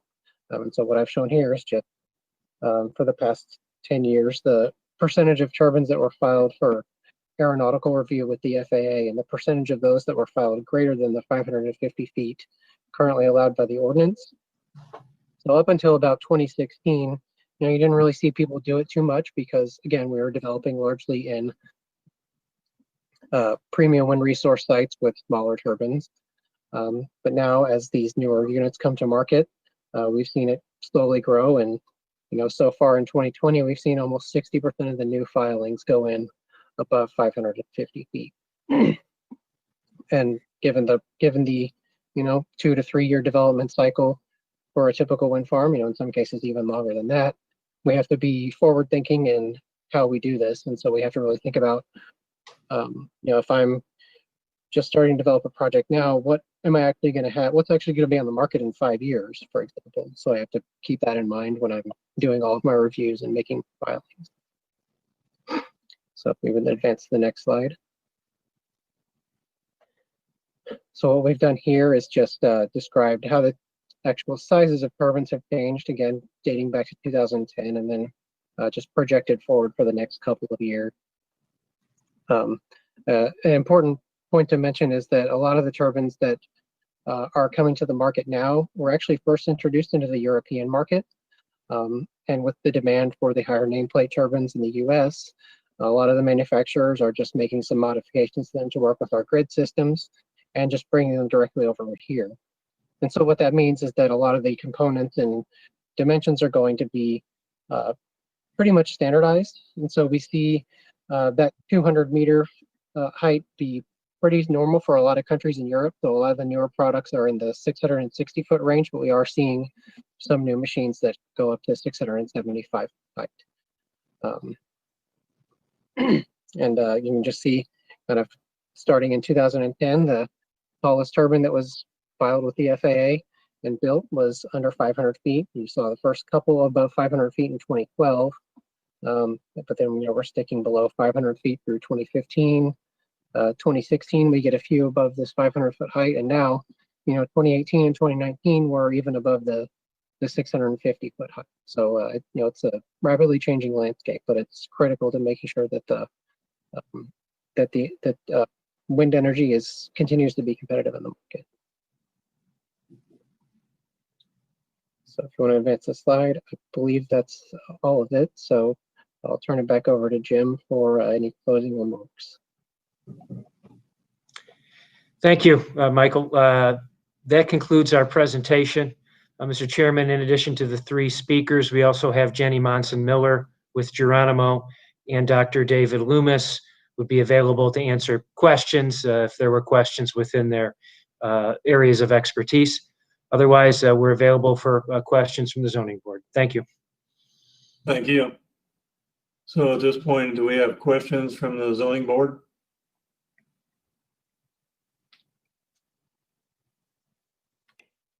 It says reduced noise.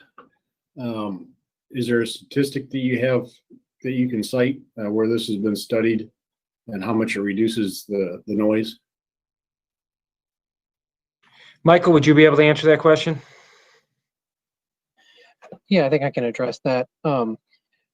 One of the advantages for these larger blades is that they rotate a lot slower to generate the same amount of energy, and a lot of the aerodynamic noise comes from that rotational speed of the blade.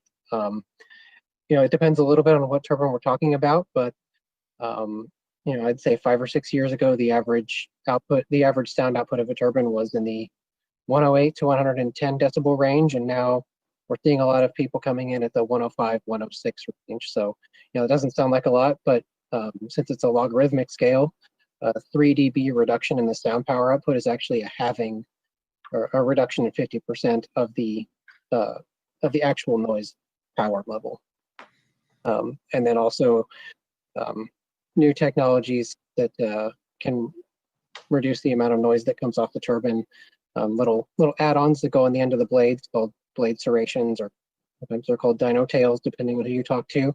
But they prevent more of that aerodynamic noise from building up and then being produced. And what is the distance that it reduces 3 decibels?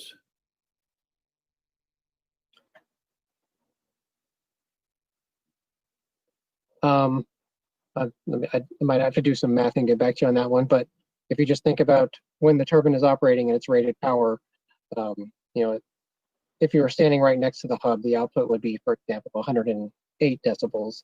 But then with these newer turbines, it's somewhere around 105. It's a, you know, it's an inverse square law, so I would have to think of that. I don't know the answer off the top of my head.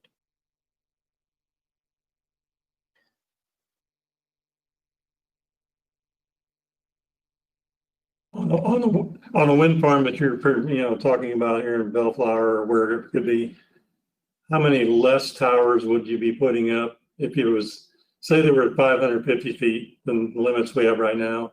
How many would it take to do that size of a wind farm, and how many less will it be for the taller towers? Michael, are you able to address that one also? Sure, I can address that. Most of the turbines that are in the under 550 foot category are, 2 to 2.5 megawatts. So for a 250 megawatt project, we're talking about 100 to 125 turbines. Once you get to these taller heights, we're, on the small end, it's about 3 megawatts. So that's about 83 turbines. On the high end, we've seen some that are up to 6 megawatts. So in that case, you're looking at 42 turbines roughly. We haven't selected a turbine model yet for this project, so we're still working through that, but it'll be probably somewhere in that bounds. Just to make clear, you said 125, and with the taller ones, it could be 42? It could be as low as 42 if we were to use a 6 megawatt generator, yes. Thank you. Could you tell us how long these larger turbines have been used and what environmental impact studies have been done, both with vibration? We've heard lots of different testimony on vibration for, water life in streams. What type of impact studies have been done and what's been found on that? I'd ask Jenny Monson-Miller to answer that question, and if you could swear her in, Mr. Chairman, for her to answer. Okay. You have to turn your mic on. Do you solemnly swear that the testimony you give in this case now in hearing will be the truth, the whole truth, and nothing but the truth, so help you God? I do.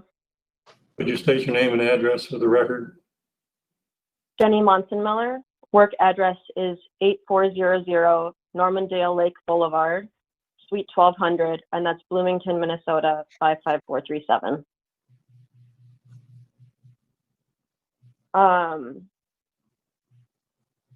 And on the question of vibration impacts, I've never seen any conclusive studies on the negative impacts from vibrations on any wildlife, but I wouldn't imagine that turbine size would have an impact either way.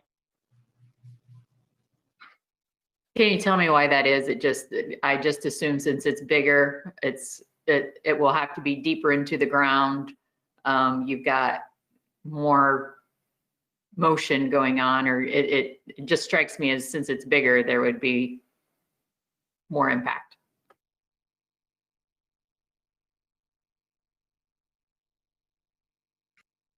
Jenny, are you able to answer that? Vibration is just not a field of study I'm not familiar with, unfortunately.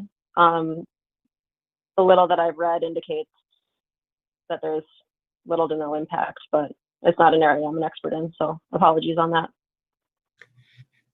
Michael, what would be the difference in the type of foundation for the taller turbine, or would there be any difference? I think that might be helpful to address the question.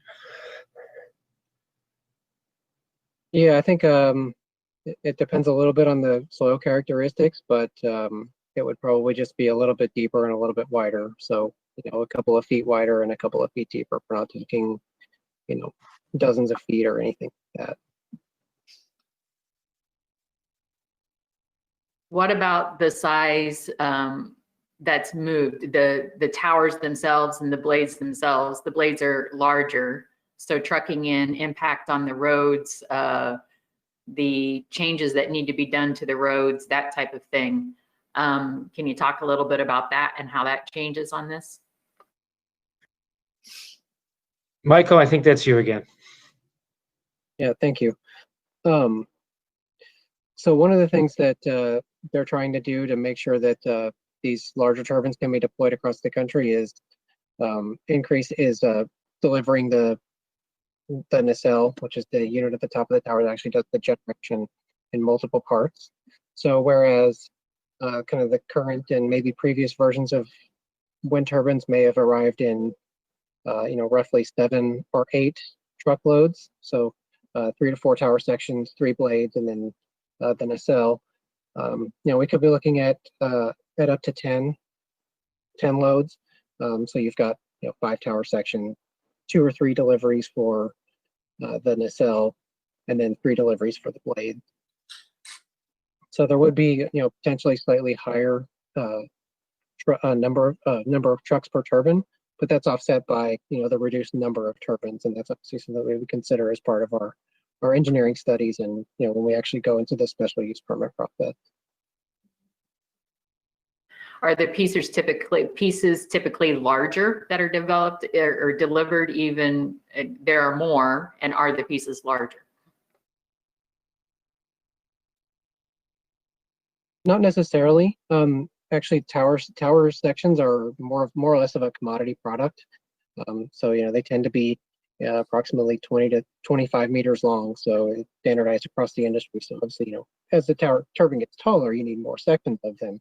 But they will be functionally identical to the towers that are used on current generations of wind turbines. The blades will have longer trucks. You may have even more specialized trucks that have. I'm trying to think what the word is, but they have extra back wheels that can navigate some of these turns a little bit more effectively, or lift the blades up to reduce clearances, things like that. We're actually seeing some manufacturers produce what's called a split blade. So you may have let's just say, for example, you have a 300-foot blade. Let's say the 60 feet closest to the hub is delivered in one piece, and then the other 240 is delivered in another piece. Then that's assembled at the site with bolts in the same way that the main blade is bolted into the hub, and then just assembled that way.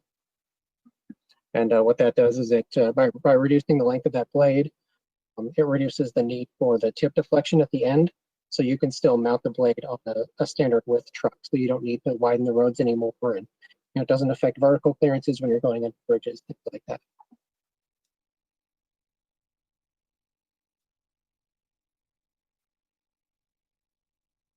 Could you see in the future the wind farms we have adapting to if this was raised up to the, say this was adopted?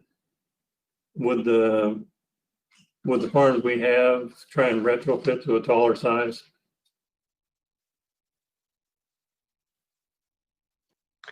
Does anyone want to try to answer that one? I can tell you, Mr. Chairman, the one project in Illinois I'm aware of in Lee County that was retrofit. It was with taller turbines with a larger nameplate capacity. So my perspective would be yes, that would be the trend. But Michael, or do you have an answer? Do you want to add to that? Yeah, I would agree with that. There's 2 ways that can be accomplished. What we're seeing now for a lot of wind farms that are in the approximately 10-year-old age, like the one Jim just mentioned, is they're keeping largely the same turbine in place, but they're replacing most of the up tower components. So you may go from a 1 megawatt generator to a 2 megawatt generator, and you may go from 80-meter blades to 90-meter blades. Small changes like that, not small changes, but incremental changes, I would say. Another strategy is what we're seeing in California, some of these older wind farms that are really, have reached the end of their useful life, where you're taking, you have 500 10 kilowatt turbines, and you're replacing that with one 5 megawatt turbine, that sort of thing. Does that math work out, or is it 10? Yeah, what I'm saying is you take a bunch of these smaller turbines and you replace them with a very small number of very large turbines. So, there could be a situation where 10 years from now, the Twin Groves wind farm, it's what, 200 megawatts, I believe, something like that. And it's 1.6 megawatt turbines, so there's 125 of them or so. You could sweep all those out, and it's 20 10 megawatt turbines. I'm projecting forward as to where the industry could be 10 years from now, but you could see something like that as well, and that would certainly be a use case for these taller turbines. Are the pads that they have now that they're mounted to are strong enough to make that for a taller one? Or would you have to do something into the pad? I don't know the specifics of the existing projects. It's obviously part of that economic analysis. You have to look at it as it could be that the tower is designed that's a lot more resilient. It's part of the studies that go into it. You'll look at how much stress has the foundation already received during its lifespan. If we replace the generator and the blade, like I mentioned, is that going to significantly reduce the lifespan? There's things you can do. I've seen a package where you essentially insert some additional rock anchors into the side of the turbine or into the turbine's foundation that strengthen it. Things like that. I don't know the specifics of the existing wind farm, but those are all things that could be. Just a hypothetical question. Another one is, just take the Twin Grove, which is one we have that's the oldest. Will there be a point that is so inefficient that they will want to decommission them? Or is not a factor? I wouldn't want to speak for, another developer or another owner and operator's economics there. That's why I said hypothetical.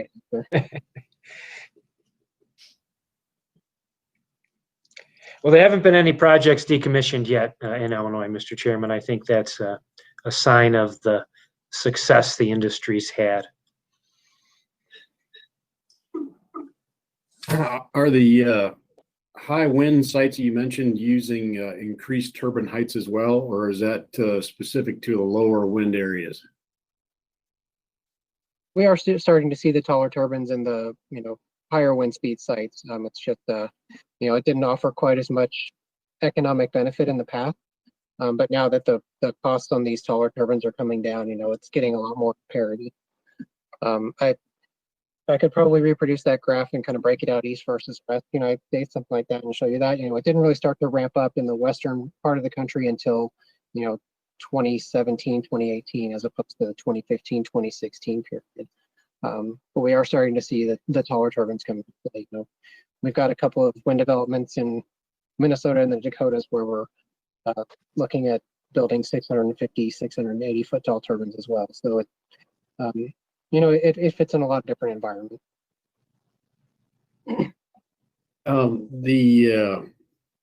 As they retrofit these older sites with taller stems and longer blades, the stem, I'm guessing, is an alloy of some type.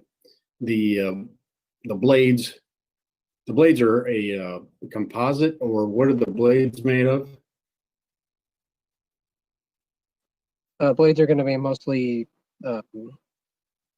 fiberglass shells, and then structural carbon, and some metal, for example, in the lightning protection system. So what do they do with the blades after their useful life has expired? What happens with the blades? There's programs in place where the blades can be removed and a lot of the fiberglass can be recycled. The structural carbon, I'm not sure what the application would be for that post life. But there are recycling programs. You know, it's not particularly widespread because we're not seeing a lot of this, but it is an active area of research. Okay, so you would say from your knowledge that most all blades are recycled in some fashion?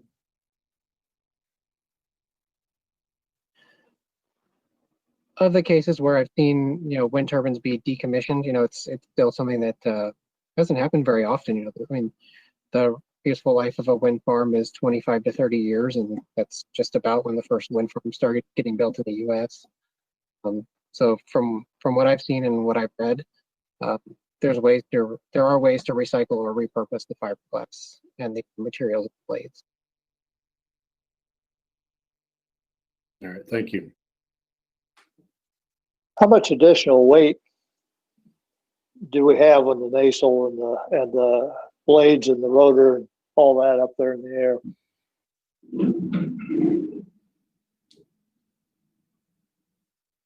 It's a good question. Off the top of my head, I would have to say, you know, a fully assembled nacelle probably weighs on the order of 100 tons.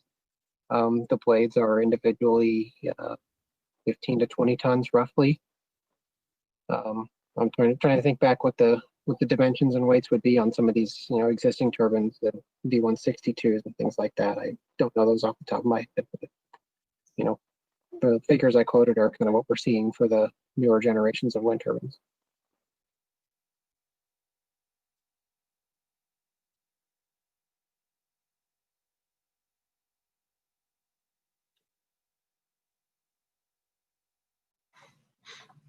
Could you tell me what the trends are for wind farms?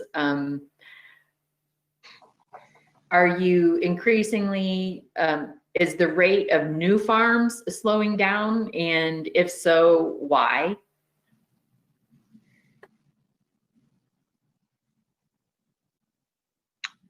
Who wants to take a stab on the Geronimo team at answering that one? Yeah, this is Ben. I can take that one. I think generally speaking, we're still seeing a robust wind industry, depending on where you're at in the country. As kind of Michael mentioned, in some other parts of the country, right, you have different constraints there. You know, for instance, in some of the Great Plains states, Nebraska, Kansas, Oklahoma, you have an abundance of you know, great wind speeds. You just don't have any place to use the power. And so they're running into transmission constraints. I think the thing with Illinois is, you know, we're so excited about wind in Illinois. You know, we have operational wind projects.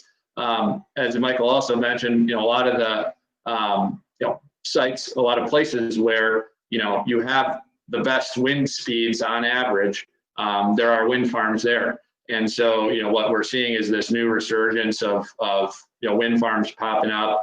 You know, and interested landowners wanting to, you know, partner with development companies like us and put wind turbines on their property, because there's, you know, this new availability to, you know, put newer efficient turbines out there that are, you know, still economically viable. I think, you know, the trends we're seeing in the electricity industry is, you know, generally speaking, your lowest cost of power wins the day, and that's what end up building in a power plant. And, you know, what we're seeing is a lot of utilities are looking at their generation portfolios, which in some cases are, you know, aging older plants, and they're looking at, okay, what's going to be the cheapest way to generate electricity for our ratepayers? Is it going to be investing money to, you know, repower or retrofit this old plant we built in the 50s and 60s? Or is it going to be to invest in a new piece of infrastructure? And, you know, what we're seeing is that a lot of utilities around the country are investing in new power plants to meet the needs of their customers and the ratepayers and keep rates low.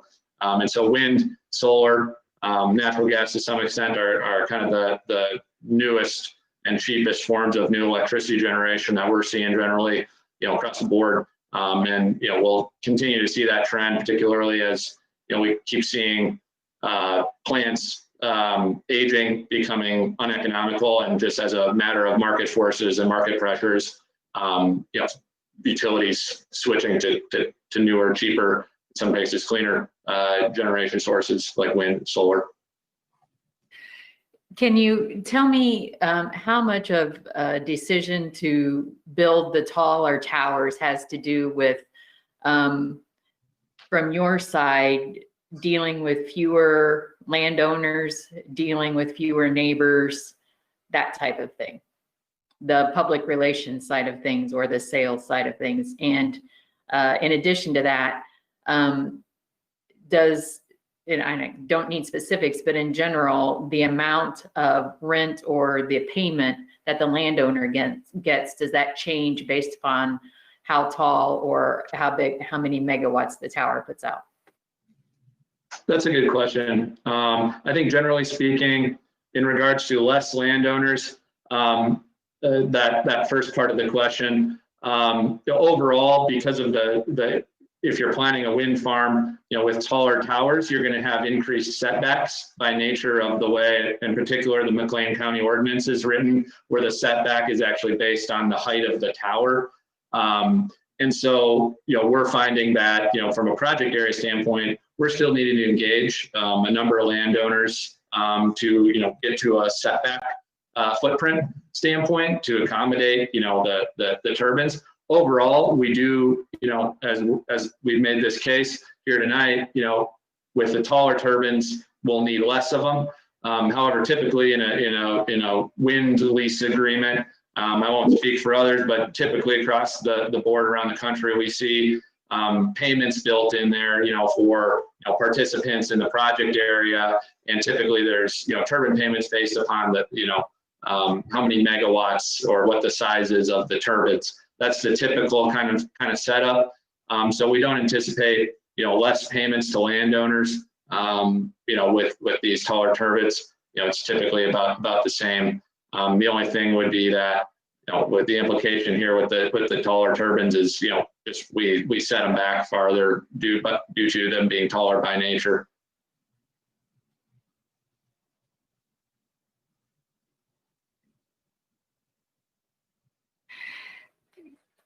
One of my major concerns is, we've all sat through a lot of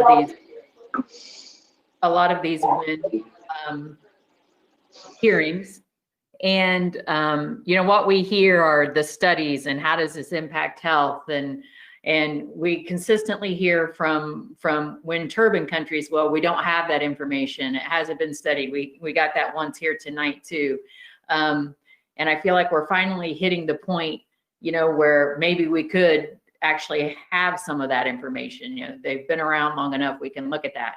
And now we're jumping to the possibility of a bigger one, to where I could hear you saying, well, it's different now because we have fewer of them, or they're bigger, and that doesn't apply to this. Can you alleviate my concerns there at all, or validate them?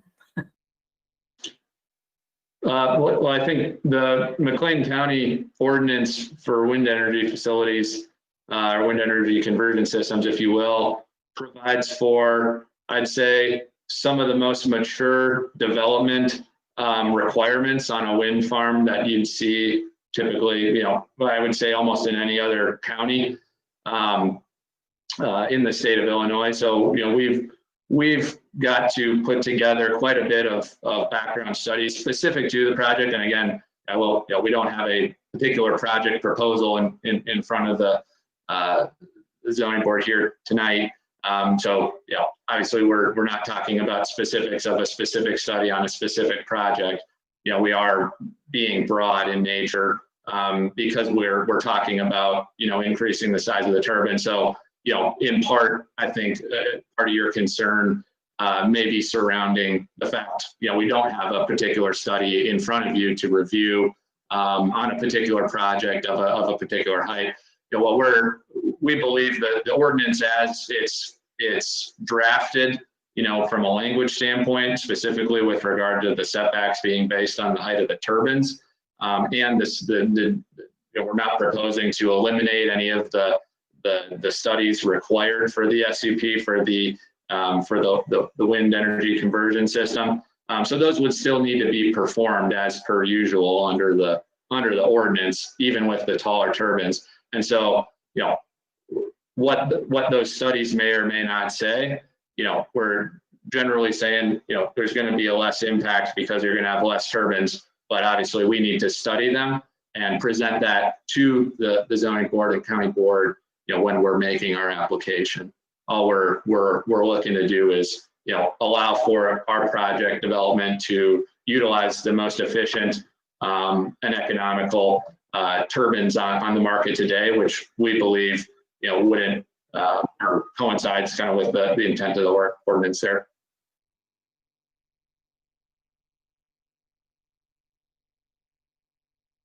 So without this change, would that totally change your looking into this project over in Bellflower area? I can take that. I think generally, you know, we don't think I guess with the change, we anticipate our project to be as competitive as the next one on the market. And we think we'd be able to put something and put a proposal together for the county, you know, in a project together that would, you know, clear the market and be a successful one for, you know, our land partners that, you know, we have under lease agreement. I think if it's not approved, it does, you know, put the project back in the prospect, you know, for us delivering on our promise with our landowners of developing a wind farm. It sets us back quite a bit, and it puts us below what the rest of the projects on the market are able to hit, because they're able to, you know, propose and build these taller turbines. You have an increased capacity factor. You're able to achieve overall, you know, a lower cost of energy. So to that extent, it would hinder our ability to economically market the power and then subsequently deliver on a promise, you know, to our landowners of trying to build a project. But it doesn't, you know, we'll still obviously attempt to proceed. It just kind of makes it more difficult to compete on the market, that's for sure.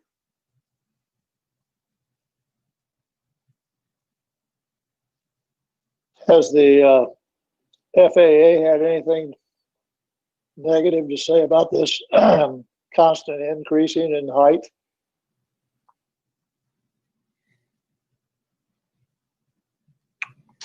Michael, you might want to take that one. Yeah, are you just referring to the general trend of the increase in turbine heights over time? Or are you talking specifically about the project that we're discussing here? No, I was just talking in general. It seems like you're showing us that the trend is to go higher, and even up to, you were talking approaching close to 700 feet. And I was curious what the FAA had to say about infringing on the upper end or bottom end of where they like planes to fly, you know, and flight paths and all that good stuff. Yeah, I mean, the FAA has had procedures in place for evaluating these types of tall structures for many years, you know, dating back to really before, you know, even 500-foot plus turbines were even really conceived of. So I don't really see it being too big of an issue. You know, they have very specific requirements for how the turbines need to be lit, how they need to be marked. And they go through the same, actually they go through an even more extended airspace review process than turbines that are under 500 feet, because like you mentioned, they are going into the public space. So there are additional things that need to be reviewed, you know, in-flight radar, you know, just additional low-level flight patterns that aren't observed or that wouldn't be impacted by a turbine that's not over 500 feet.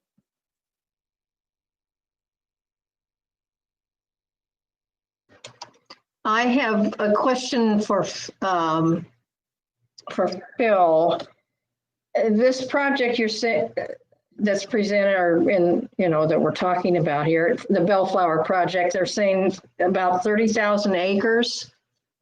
Is that right?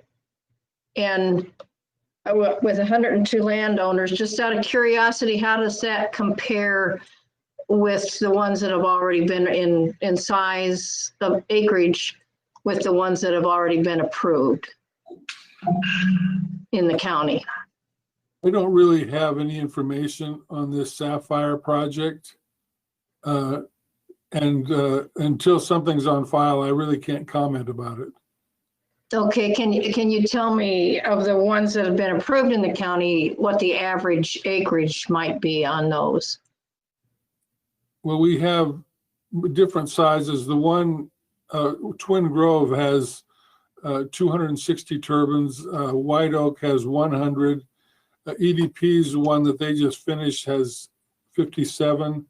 And Invenergy's has 94 turbines. So there are different sizes. Sizes, yeah.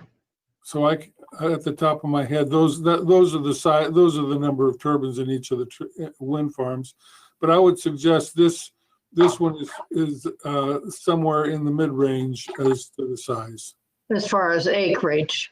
Yeah. Yeah, okay. Thank you. Will the cost of decommissioning the taller turbines, I mean, I assume it'll be more. Do we need to consider making any changes to our decommissioning language? Well, keep in mind the taller turbines have more material that's recyclable. So it's not always the case that a taller turbine is more expensive to decommission.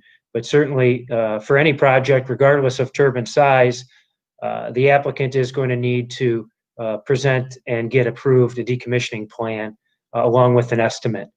But just keep in mind, taller turbines don't necessarily cost more to decommission. Is there another project in Illinois that you're asking their county to raise the height, or are we the only one?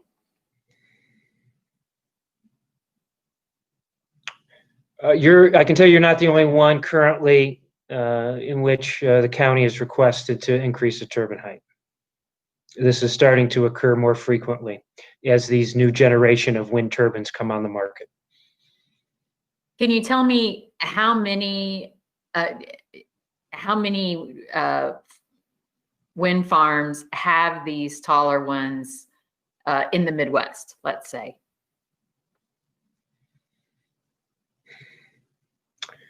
Well, taller meaning above 550 or? Let's say above 600. Above 600. Ben or Michael, are you able to address that question? You know, keeping in mind that we're proposing construction in 2022, so part of this application is trying to account for the continuing trends that will be into the future. But Michael or Ben, can you answer that question? Yeah, I'm aware of a approximately 400 megawatt project in Michigan that's using these tall turbines. It's roughly a 120 units, I believe. I believe there's a project in Indiana that's also using these taller turbines. It's on the order of 200 megawatts. There's multiple projects in late stage development about to go into construction in Ohio. Like I mentioned, we have a project in development in Minnesota that we're looking at doing that. It's kind of on a similar development and construction timeline to this project. So, just off the top of my head, those are a few good examples. We can certainly follow up with a concrete number that's of interest. What are the state of Illinois limitations on height? Or do they have any in the state regulations stated? The state does not regulate height. It does not, okay. Are there any in Illinois? I don't think you mentioned Illinois. Are there any in Illinois at 675? At 675, no. But we are seeing turbine heights approaching 600 in Illinois. Michael, do you have anything to add to that? Yeah, I'm not aware of any that have been constructed at that height, but there are a number that are in the FAA review process that are at 660, 75 feet. In that FAA review process, that's a pre-filing process. So many times before you even seek a special use or local approval. So that really shows you the trend of what's coming down the pipeline for counties to be considering when you see those turbine heights being applied for FAA approval.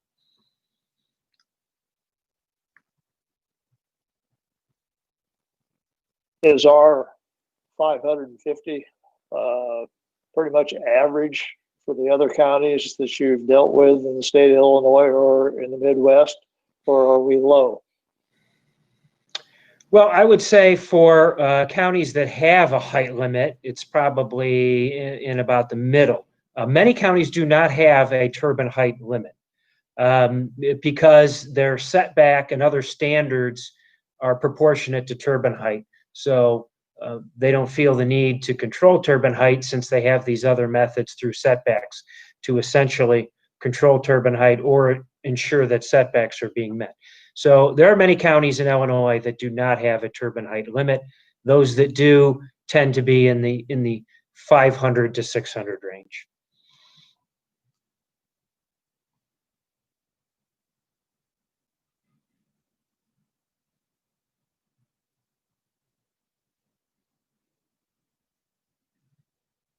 Maybe one more question on noise.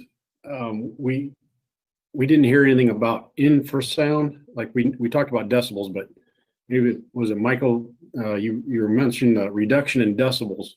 What is the infrasound ratings on these bigger towers and larger blades?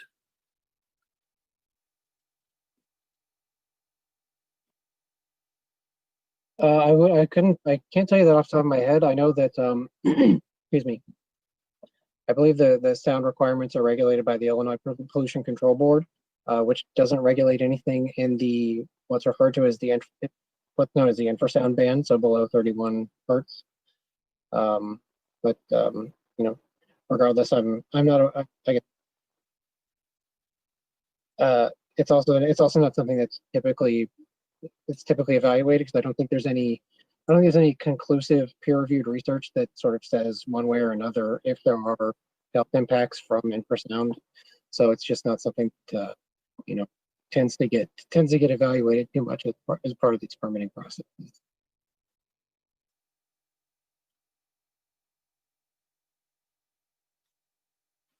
Going from our oldest wind farm, Twin Tower, Twin Groves, to our newest one in Chenoa that have the taller, is there a significant noise difference between those two?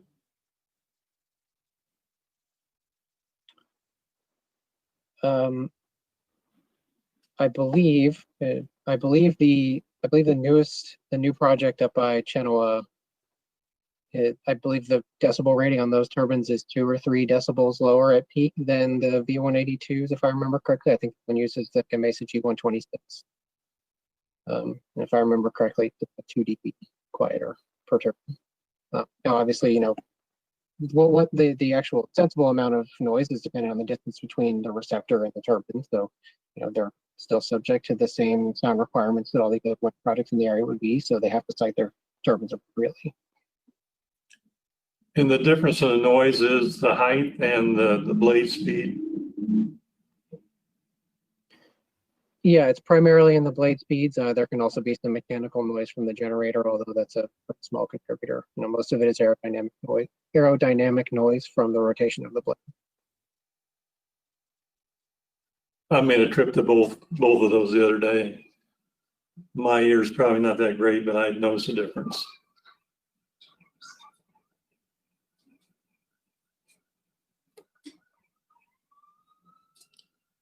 Any other questions?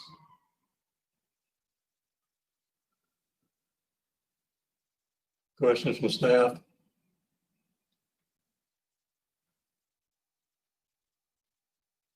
Do the turbine blades on the larger turbines, are they closer to the ground or are they about the same? Michael, you able to address that? Yeah, so on these turbines, again, it depends a lot on what we're comparing to. If let's say the average hub height is 120 meters and the average blade length is 70 meters. So then you're looking at about 165 feet between the ground and the bottom of it. So I think that's a little bit higher than what we're seeing on the current and existing, currently installed generation of turbines. That's another one of those drivers that's kind of driving people to go to higher heights because, if you recall that graph that I showed, as you increase the generator size, the only way to keep the efficiency the same is to make the blades longer. So you can only go so far down before you're digging a little moat around the turbine and it wants to do that. So the way to fix that is you go up.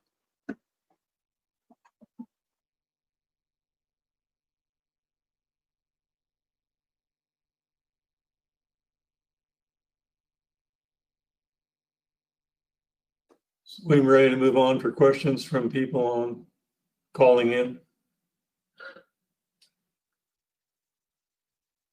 Yes. Okay, this time is anyone want to ask questions or give testimony? Please turn your mic on.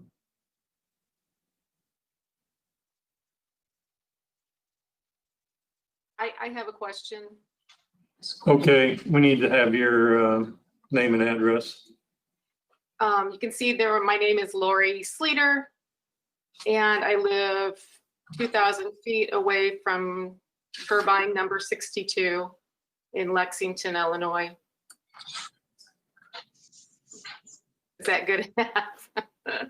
Do you have a regular mailing address that you could give us? Sure, I do. 23903 North 2900 East Road in Lexington. Got it, Phil? This is for questions, or if you're going to get testimony, I'll just swear you in. I have a question. Okay. I've never used this program before, so I hope I'm doing it right. I have a question about the noise. It's a larger generator or engine. Nacelle is the word. I think everyone that lives in the country knows that my car or a pickup, my car is quieter than my son's pickup, which is much quieter than a large John Deere tractor, just because of the engine size. So I'm confused about how you're saying they're quieter.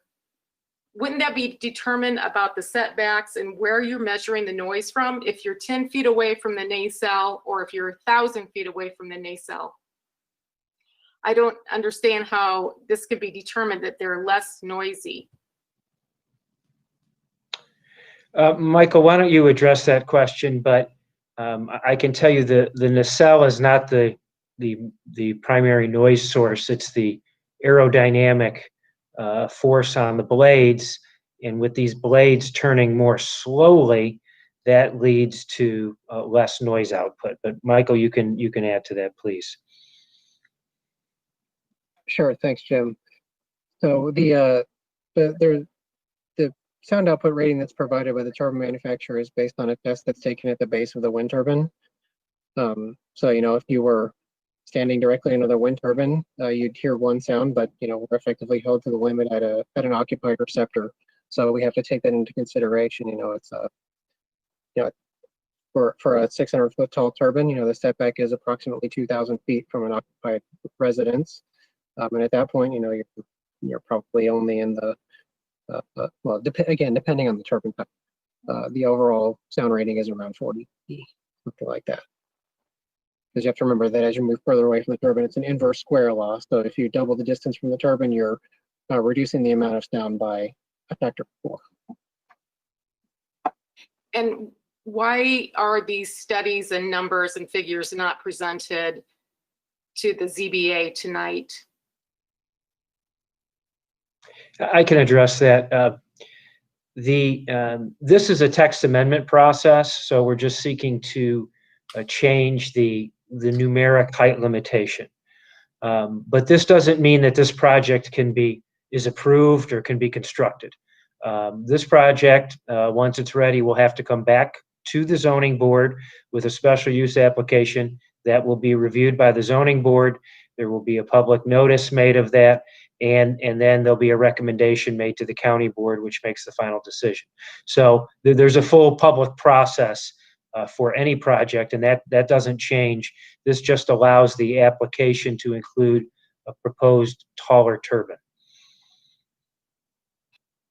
And you also had mentioned that some of the existing projects around Bloomington Normal would be replaced at some amount of time with these larger ones, but you guys did not discuss about if anybody would be removed. So it sounds like the setbacks will be in place as they were, but these taller ones will be exactly where the shorter ones were. Would that be something discussed at a future ZBA application? Well, I think that discussion about decommissioning and replacing turbines was more of a theoretical, I think, as the chairman put it. There has been some of that in Illinois, but most of the projects right now are still within their prime lifespan, and would not have any need to be replaced. But if we had to predict into the future what would happen when a project reaches near the end of its life cycle, repowering is an option, and that would likely be done with turbines that have a higher nameplate capacity, which usually mean taller turbines. But by no means does this change have any impact on whether existing projects in the county may be repowered anytime soon. Okay.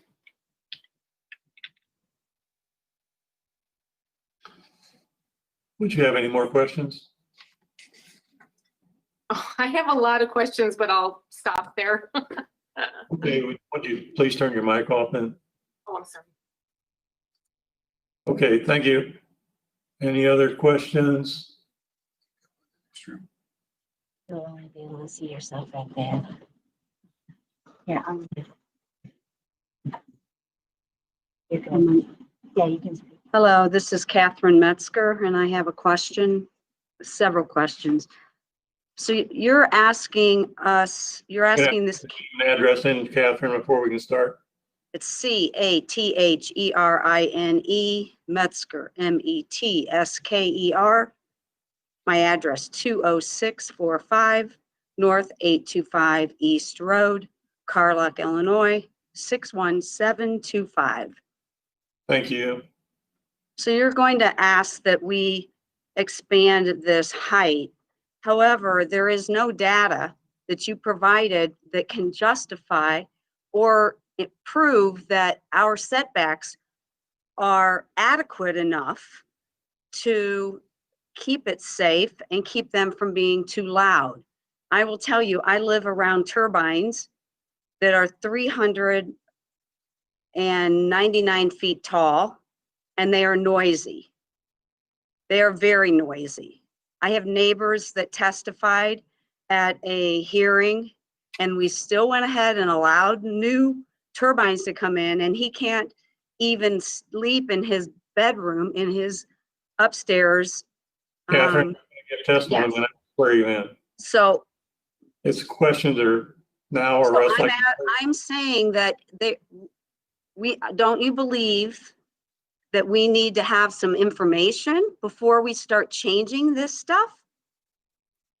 Well, I can address some of that. Under the county's existing zoning ordinance, the setbacks are based on the height of the turbine. So the taller the turbine, the longer the setback would need to be. So the county really has already prepared for increased turbine heights by making its setbacks proportionate to height. So that assumes, though, does that not assume that these turbines aren't that much louder?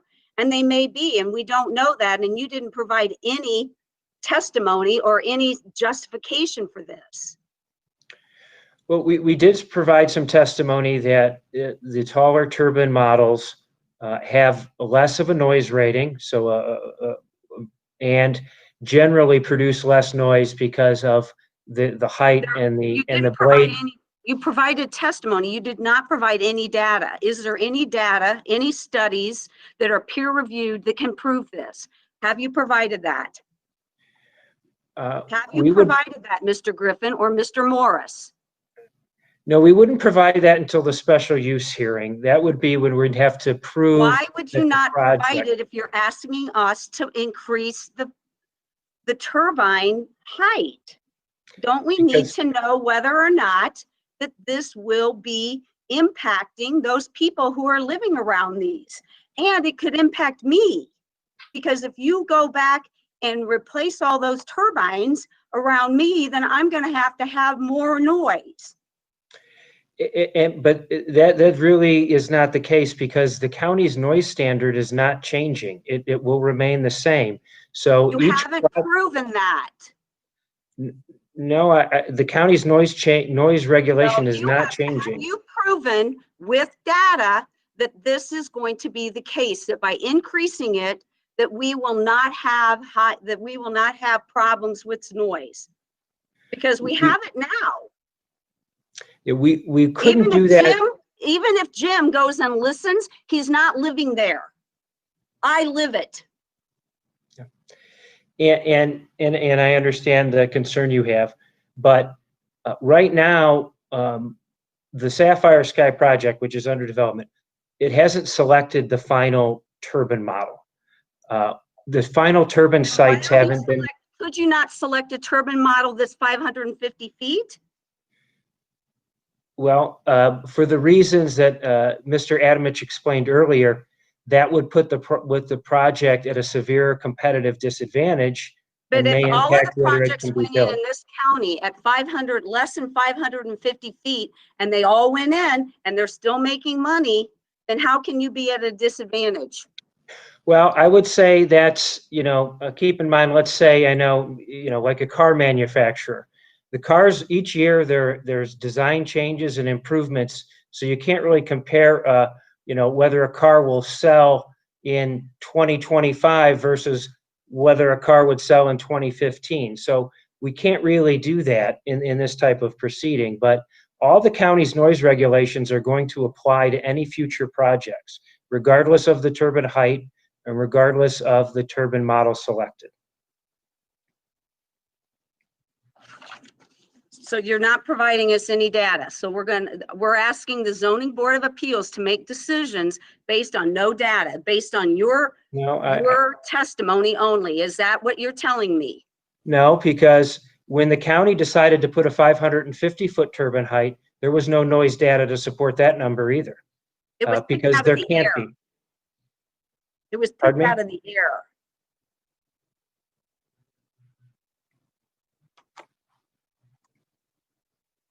I don't have any other questions right now. Thank you. Anyone else with questions?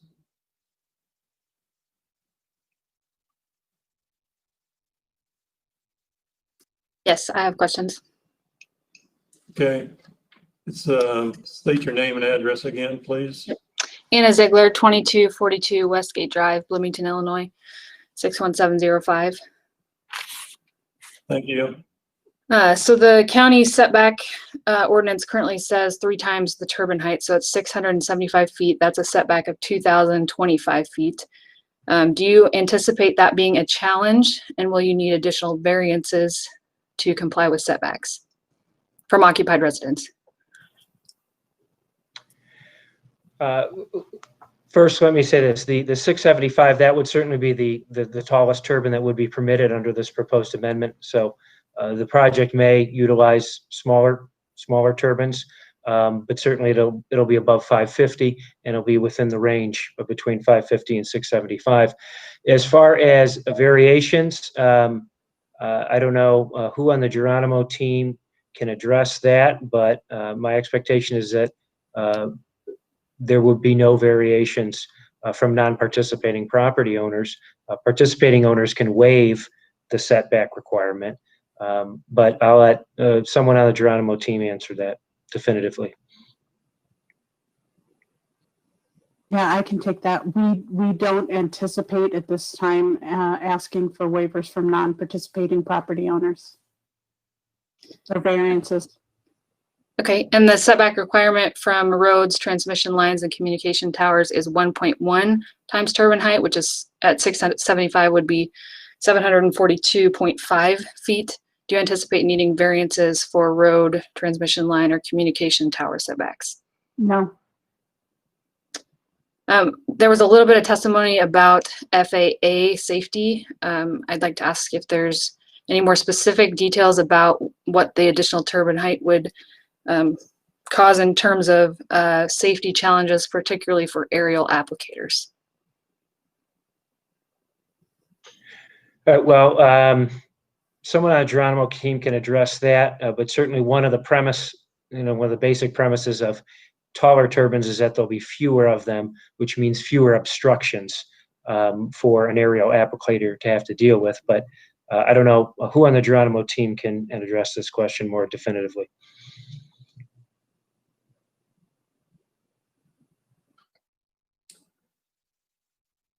Well, I can also tell you that the county ordinance does also require that turbines be sited in a manner to be compatible with airstrips for aerial applicators. So that standard would still apply regardless of turbine height. Michael, did you want to try to respond to that in addition? Yeah, I think what I was going to say is that the taller turbines will still go through the standard FAA review process. Look at things like in-flight navigation, weather radar, terminal radar, all of those things. The project has already been through a previous round of review with the FAA when the project was being considered with shorter turbines. It made it through without any issues. We don't anticipate anything in this second round of review with the taller turbines. And additionally, does the FAA require additional lighting at the taller height compared to 550 feet? Compared to 550 feet, it does not. Turbines above 500 feet are required to have 2 FAA lights on the nacelle rather than just 1.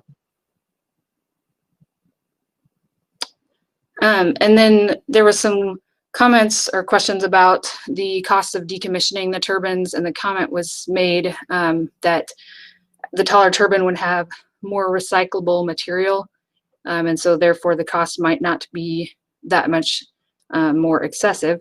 My question is that recyclable material in theory or in practice? As in, have turbines that have been decommissioned actually been found to have the amount of recyclable material projected, or have they ended up in the landfill? Michael, are you able to address that question? Yeah, I don't have concrete numbers because there hasn't been a ton of turbines that have been decommissioned. I would argue that that we're being asked to speculate as to what the recycling technology will look like 25 years from now in order to address that question. But a significant amount of that material can be reused. Fiberglass has a lot of different uses. Carbon fiber, structural carbon that can be used for a lot of different things. It may take some post-processing, but I'd anticipate that a lot of that stuff could be repurposed for a number of different things.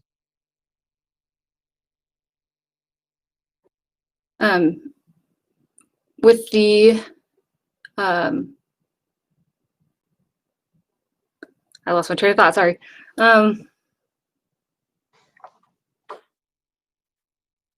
think that's all my questions for now. Thank you. Thank you. Thank you. Anyone else with questions?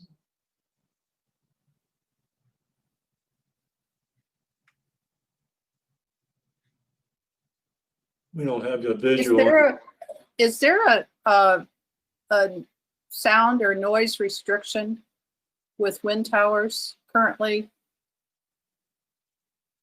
on the books? In your ordinance, yes. And There is. I apologize, but what is the restriction? Do we know? Well, I know Phil can probably address this, but it adopts the Illinois Pollution Control Board standards, which set limits at various octave bands. So there's not one number, there's several nighttime and daytime standards that have to be complied with. And all the projects that have come before the county board and will in the future have to provide a noise study that demonstrates that the model shows that the noise limits will be in compliance when operating. Ms. Novosad, there is a noise standard in the ordinance. Yeah. That reads, noise levels from each WEX shall be in compliance with applicable state pollution control board regulations. The applicant, through the use of qualified professionals as part of the siting approval application process, shall appropriately demonstrate compliance with the noise requirements of this section. Okay, thank you. Mr. Jolly's been trying to get in for a while. Let's give him a chance here. We don't have a visual on you.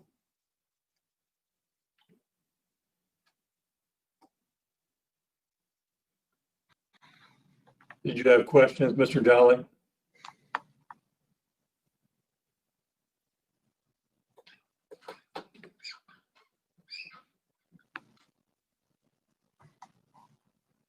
Not coming through.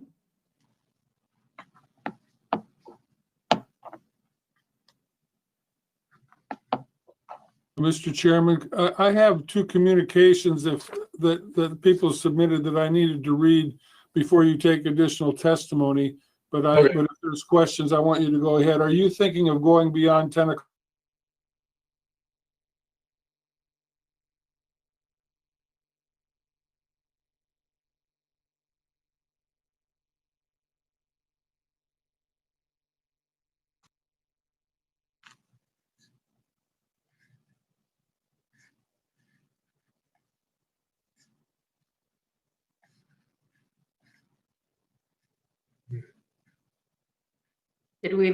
Did we lose everybody in the government center? Well, it looks, yeah, Phil looks frozen. But Jim's in the go, oh yeah, he looks frozen too, doesn't he? Yeah, they both look frozen. Yeah. Oh, wait, Phil. We didn't hear any of your conversation. You were frozen. I was frozen there? Am I still frozen?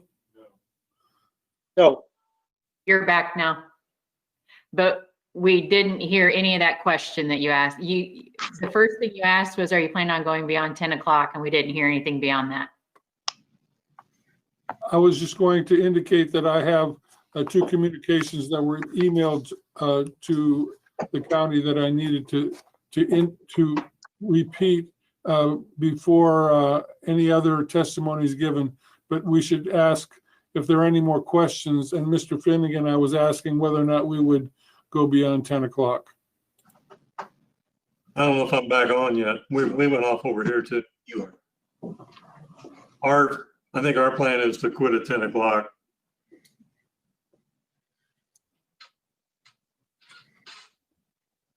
So if you want to see if there's any more questions, and then I would read these documents. Mr. Jolly's got his mic on, but he's not coming through.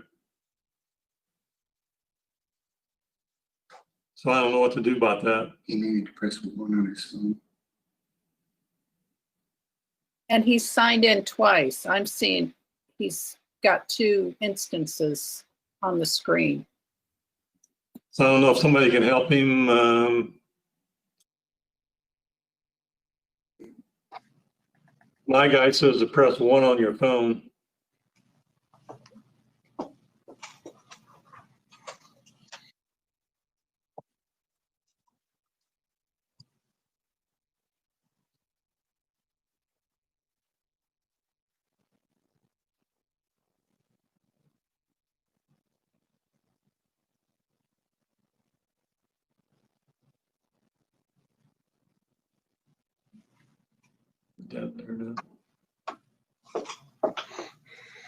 Bill, if you have something to read in while we do that, while we're trying to get Mr. Jolly.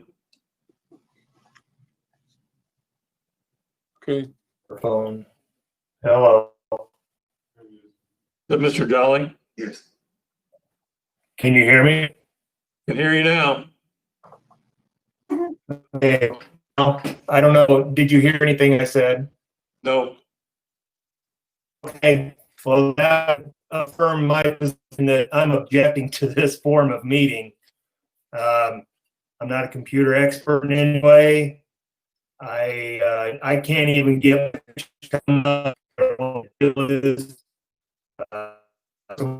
object to this form of meeting, and I don't think it could be decided because of that. First of all, I guess what's the big hurry to have this done right now if the projects are into the future like they are? So I'm asking, first of all, to table this until we have some. Why don't we have you state your name and address for the record? You have to state your name and address. Do you still have me?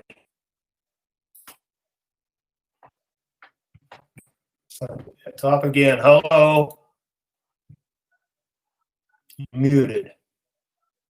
Hang on. Do you want to call him? You're not muted, Mr. Jolly. We can hear you. Well, I can't even respond. I'm sorry. Do you hear me now? A little bit of it. I do not hear anybody. We need you to state your name and address. Tim Jolly, Jolly, 30781 East 2700 North Road, Chenoa, Illinois, 61726. Over. That was great. Well, my microphone don't show that it's on and I can't get a picture up. So I'm going to speak like I'm speaking in the clouds and we'll see if somebody hears me. But I guess the first thing is I'm objecting to this meetings as they're proposed and as they're being run because of just this. This is ridiculous. But anyway, let's go into what I want to ask. The thing was stated that, and very well so, that there's not been any factual information stated about the actual information that it takes for this county zoning board to make a determination of raising the heights of these towers 1 foot, let alone up to 675 foot. So if they, do you have any information that you can provide tonight, Mr. Griffin, that the noise differences, since you're asking up to 675, you should be prepared to show the noise differences up to the 675 foot level? Well, again, the noise output depends on the particular turbine that would be selected for a project. And we are not here submitting a project. But in general, pardon me? I understand that. So you're not willing to provide any information as to noise differences, period, from what I understand. No, I disagree with that. Mr. Morris testified, and he's a knowledgeable expert in the field, that the taller turbines generally have less noise output than smaller turbines. So he did testify to that. Obviously, if there is a project that's proposed for a special use, demonstrating that the noise requirements of the county are met would be part of the applicant's burden. And that won't change with the height limit increase. Where did the information that you're stating that he indicated come from? The information came from his knowledge of the wind turbine industry and what turbines are available on the marketplace now and what turbines are likely to be available in the future. Is he a qualified expert, and has he had peer-reviewed writings and articles that show that he is knowledgeable to the point that we can accept him as an expert? Well, I can assure you he is an expert in his field, and that's why he has the job that he has. I may feel like I'm an expert in my field as well, but that doesn't put any information out that's going to determine the height of turbines, sir. As far as setbacks was mentioned, are you willing to go with larger setbacks to accommodate the higher settings of 675 feet and maybe even a little bit further to accommodate the noise levels to try to bring them down for the residents in the area participating and non-participating? Well, the setbacks will be increased with taller turbines based upon the McLean County zoning ordinance's requirements. So taller turbines will result in a greater residential setback, and the project will have to meet the county's noise standards. Okay. The decommissioning cost, you were claiming that there'd be more salvageable material in these products. Are there rare earth metals in these towers that are to be put up? Well, I'll let Michael address this, but I don't believe the materials used to build the towers are any different from a 550-foot tower to a 675-foot tower. So I don't think that's pertinent to the text amendment, but Michael, why don't you address that?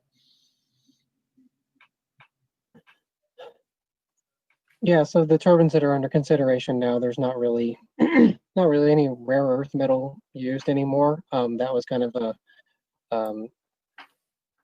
state of the art, I guess you could say, in the 2008 to 2012 timeframe with a specific type of generator that was being used. But as these turbines have gotten larger, that type of generator doesn't scale particularly well.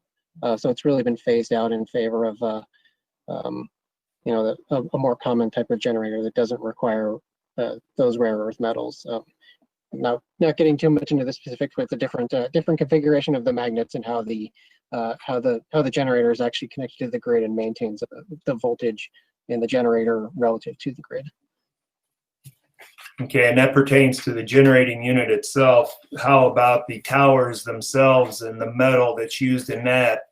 Is the metal imported, comes from China? Where does it originate, and where does the extra metal that would be used in these taller turbines come from?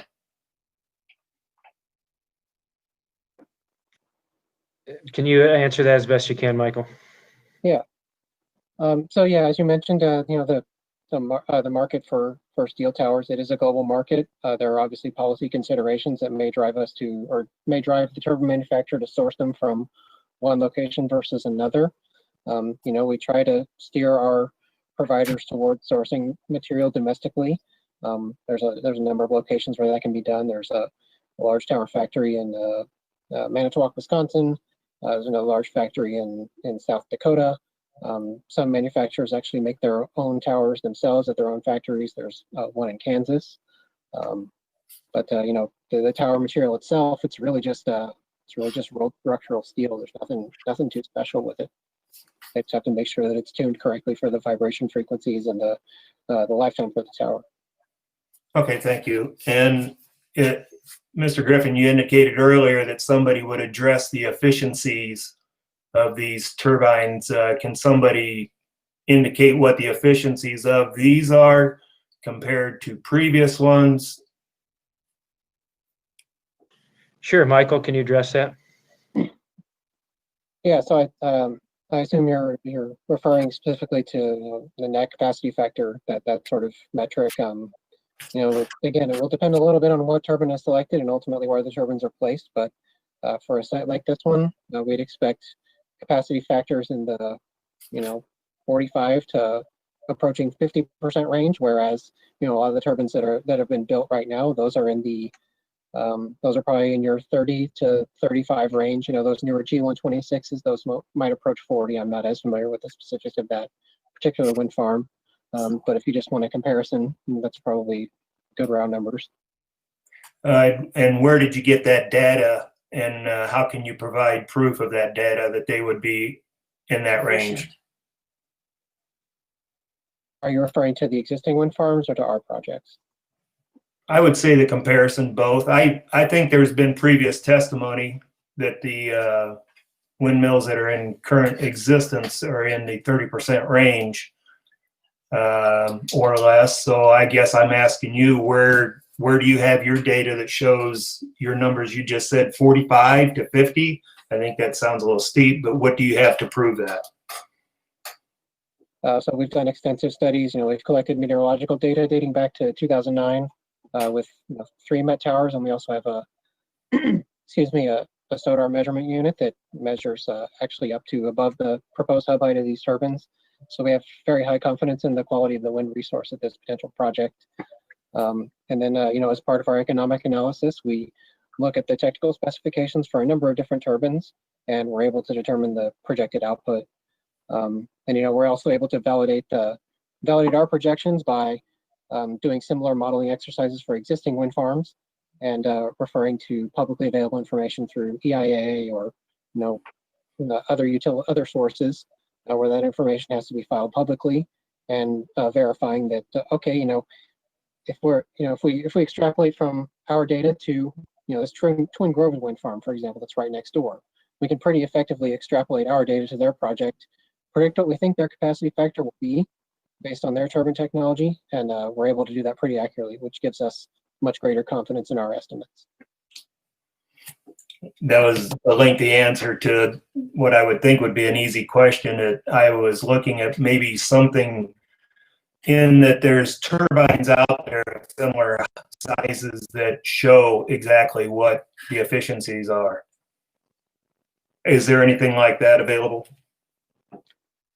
Well, the efficiency is a function of a number of different things. The wind regime, the actual location of the turbine, the spacing of the turbines, so that affects the wake efficiency. So that's not really a simple question to answer at the outset. But I can assure you that, as part of our due diligence and as part of making sure the project is investment grade, we have to make sure that that our projections are accurate. Okay, I'm not sure that still answered my question, but getting on, I guess, back to you, Mr. Griffin.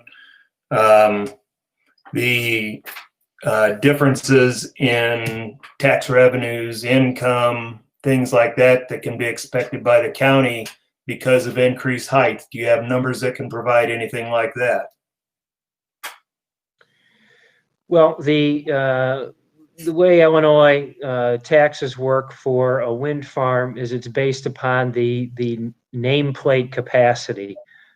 So a 250 megawatt project with 100 towers is going to produce the exact same revenue as a 250 megawatt project with 50 towers. So, because it's on a per megawatt basis. So having less turbines doesn't result in less tax revenue. The tax revenue will remain the same, assuming the overall project size is the same. And may not go up higher either as well. So it may not be a benefit then financially, correct? Well, let's say this, if, the ability to use turbines with a larger nameplate capacity makes it more likely that this project would be 250 megawatts, or any project would reach its full planned capacity, which means it would maximize the property tax dollars. Okay, and there are government tax credits, subsidies, things like that involved in that. Is this correct? That's correct, but they have nothing to do with turbine height. The higher that they are, and the things that you're getting credit from the government for have everything to do with what you're putting up there, doesn't it not? No, the tax credits project, the not a dollars function of turbine height. It would have to do with the dollars of the project, correct? Well, the turbine height does not impact tax credits. That's all I can tell you. But you are getting tax credits for putting up turbines, correct? Well, it depends when the project is built. Okay. Let me look through my notes real quick. Would increased height affect any type of good neighbor agreements and you offer good neighbor agreements to people with the increased heights as well?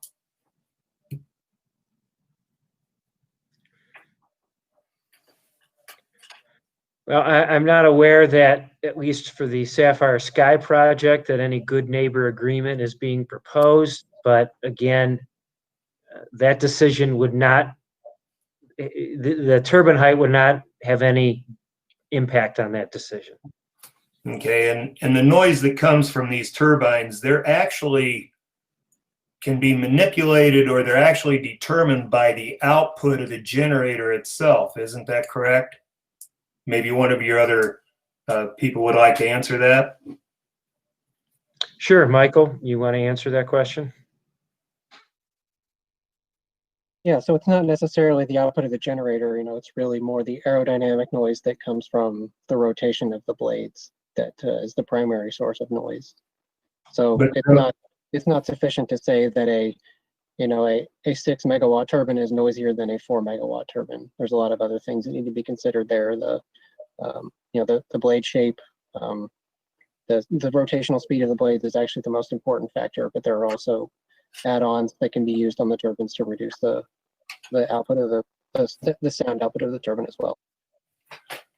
But I guess my question is, isn't it correct that if they're put at maximum output, they have to manipulate the blades to be able to do so, and thus they would increase the noise by doing that?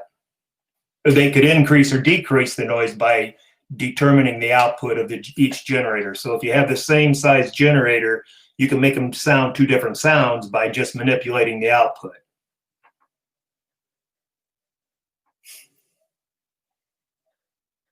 Yes, I think what you're saying is generally correct. There are strategies that a number of turbine manufacturers implement where you can have reduced noise operation.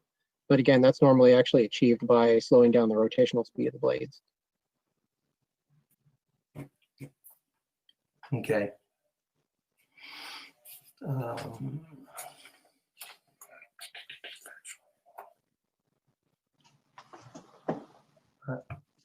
I'm just looking through my notes real quick.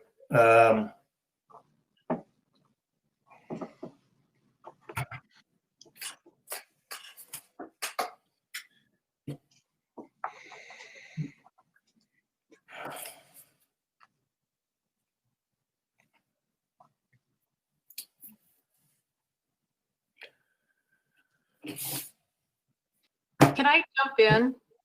Please do. I think Tim had a good point. This is difficult for people who aren't elected, getting paid, wanting to be here tonight. As the editor of the Lexingtonian, what? You're gonna have to say your name again so we know who's talking. Oh, sorry, Lori Sleeter. You got her address, don't you, Phil? So question, I thought the rule is after you ask questions, you can't ask questions anymore. So one question, okay. It was I don't know how this works. Well, you're still going to have testimony, correct? We're not getting this over with tonight. Okay. But there will be provided time for testimony, which is something we can go into later, correct? That's correct. Okay. I'm done with my line of questioning that I can think of right now. Once again, I want to just say I appreciate being able to do something in some format. I just don't think this is the right format. I can't present evidence, so to speak, in person. I can't see the people in person. I really object to these hearings the way that they're done, and I don't think anything should be done. There ought to be some kind of a hold on anything until we can get some stuff done in person. And I'm hoping and prayerfully they'll be fairly soon. I appreciate your time. Thank you. Did you want to add anything in it, Phil, tonight, or you want to go to recess? I think that we can continue this meeting on September 1 at 7:30 p.m. And it doesn't make much sense to keep going any later tonight. That's my thought too. So we will announce a recess to September 1, 1 at what time? 7:30 p.m. 7:30 p.m. And tonight's meeting is done. We're in recess. Okay, recess. I moved to recess.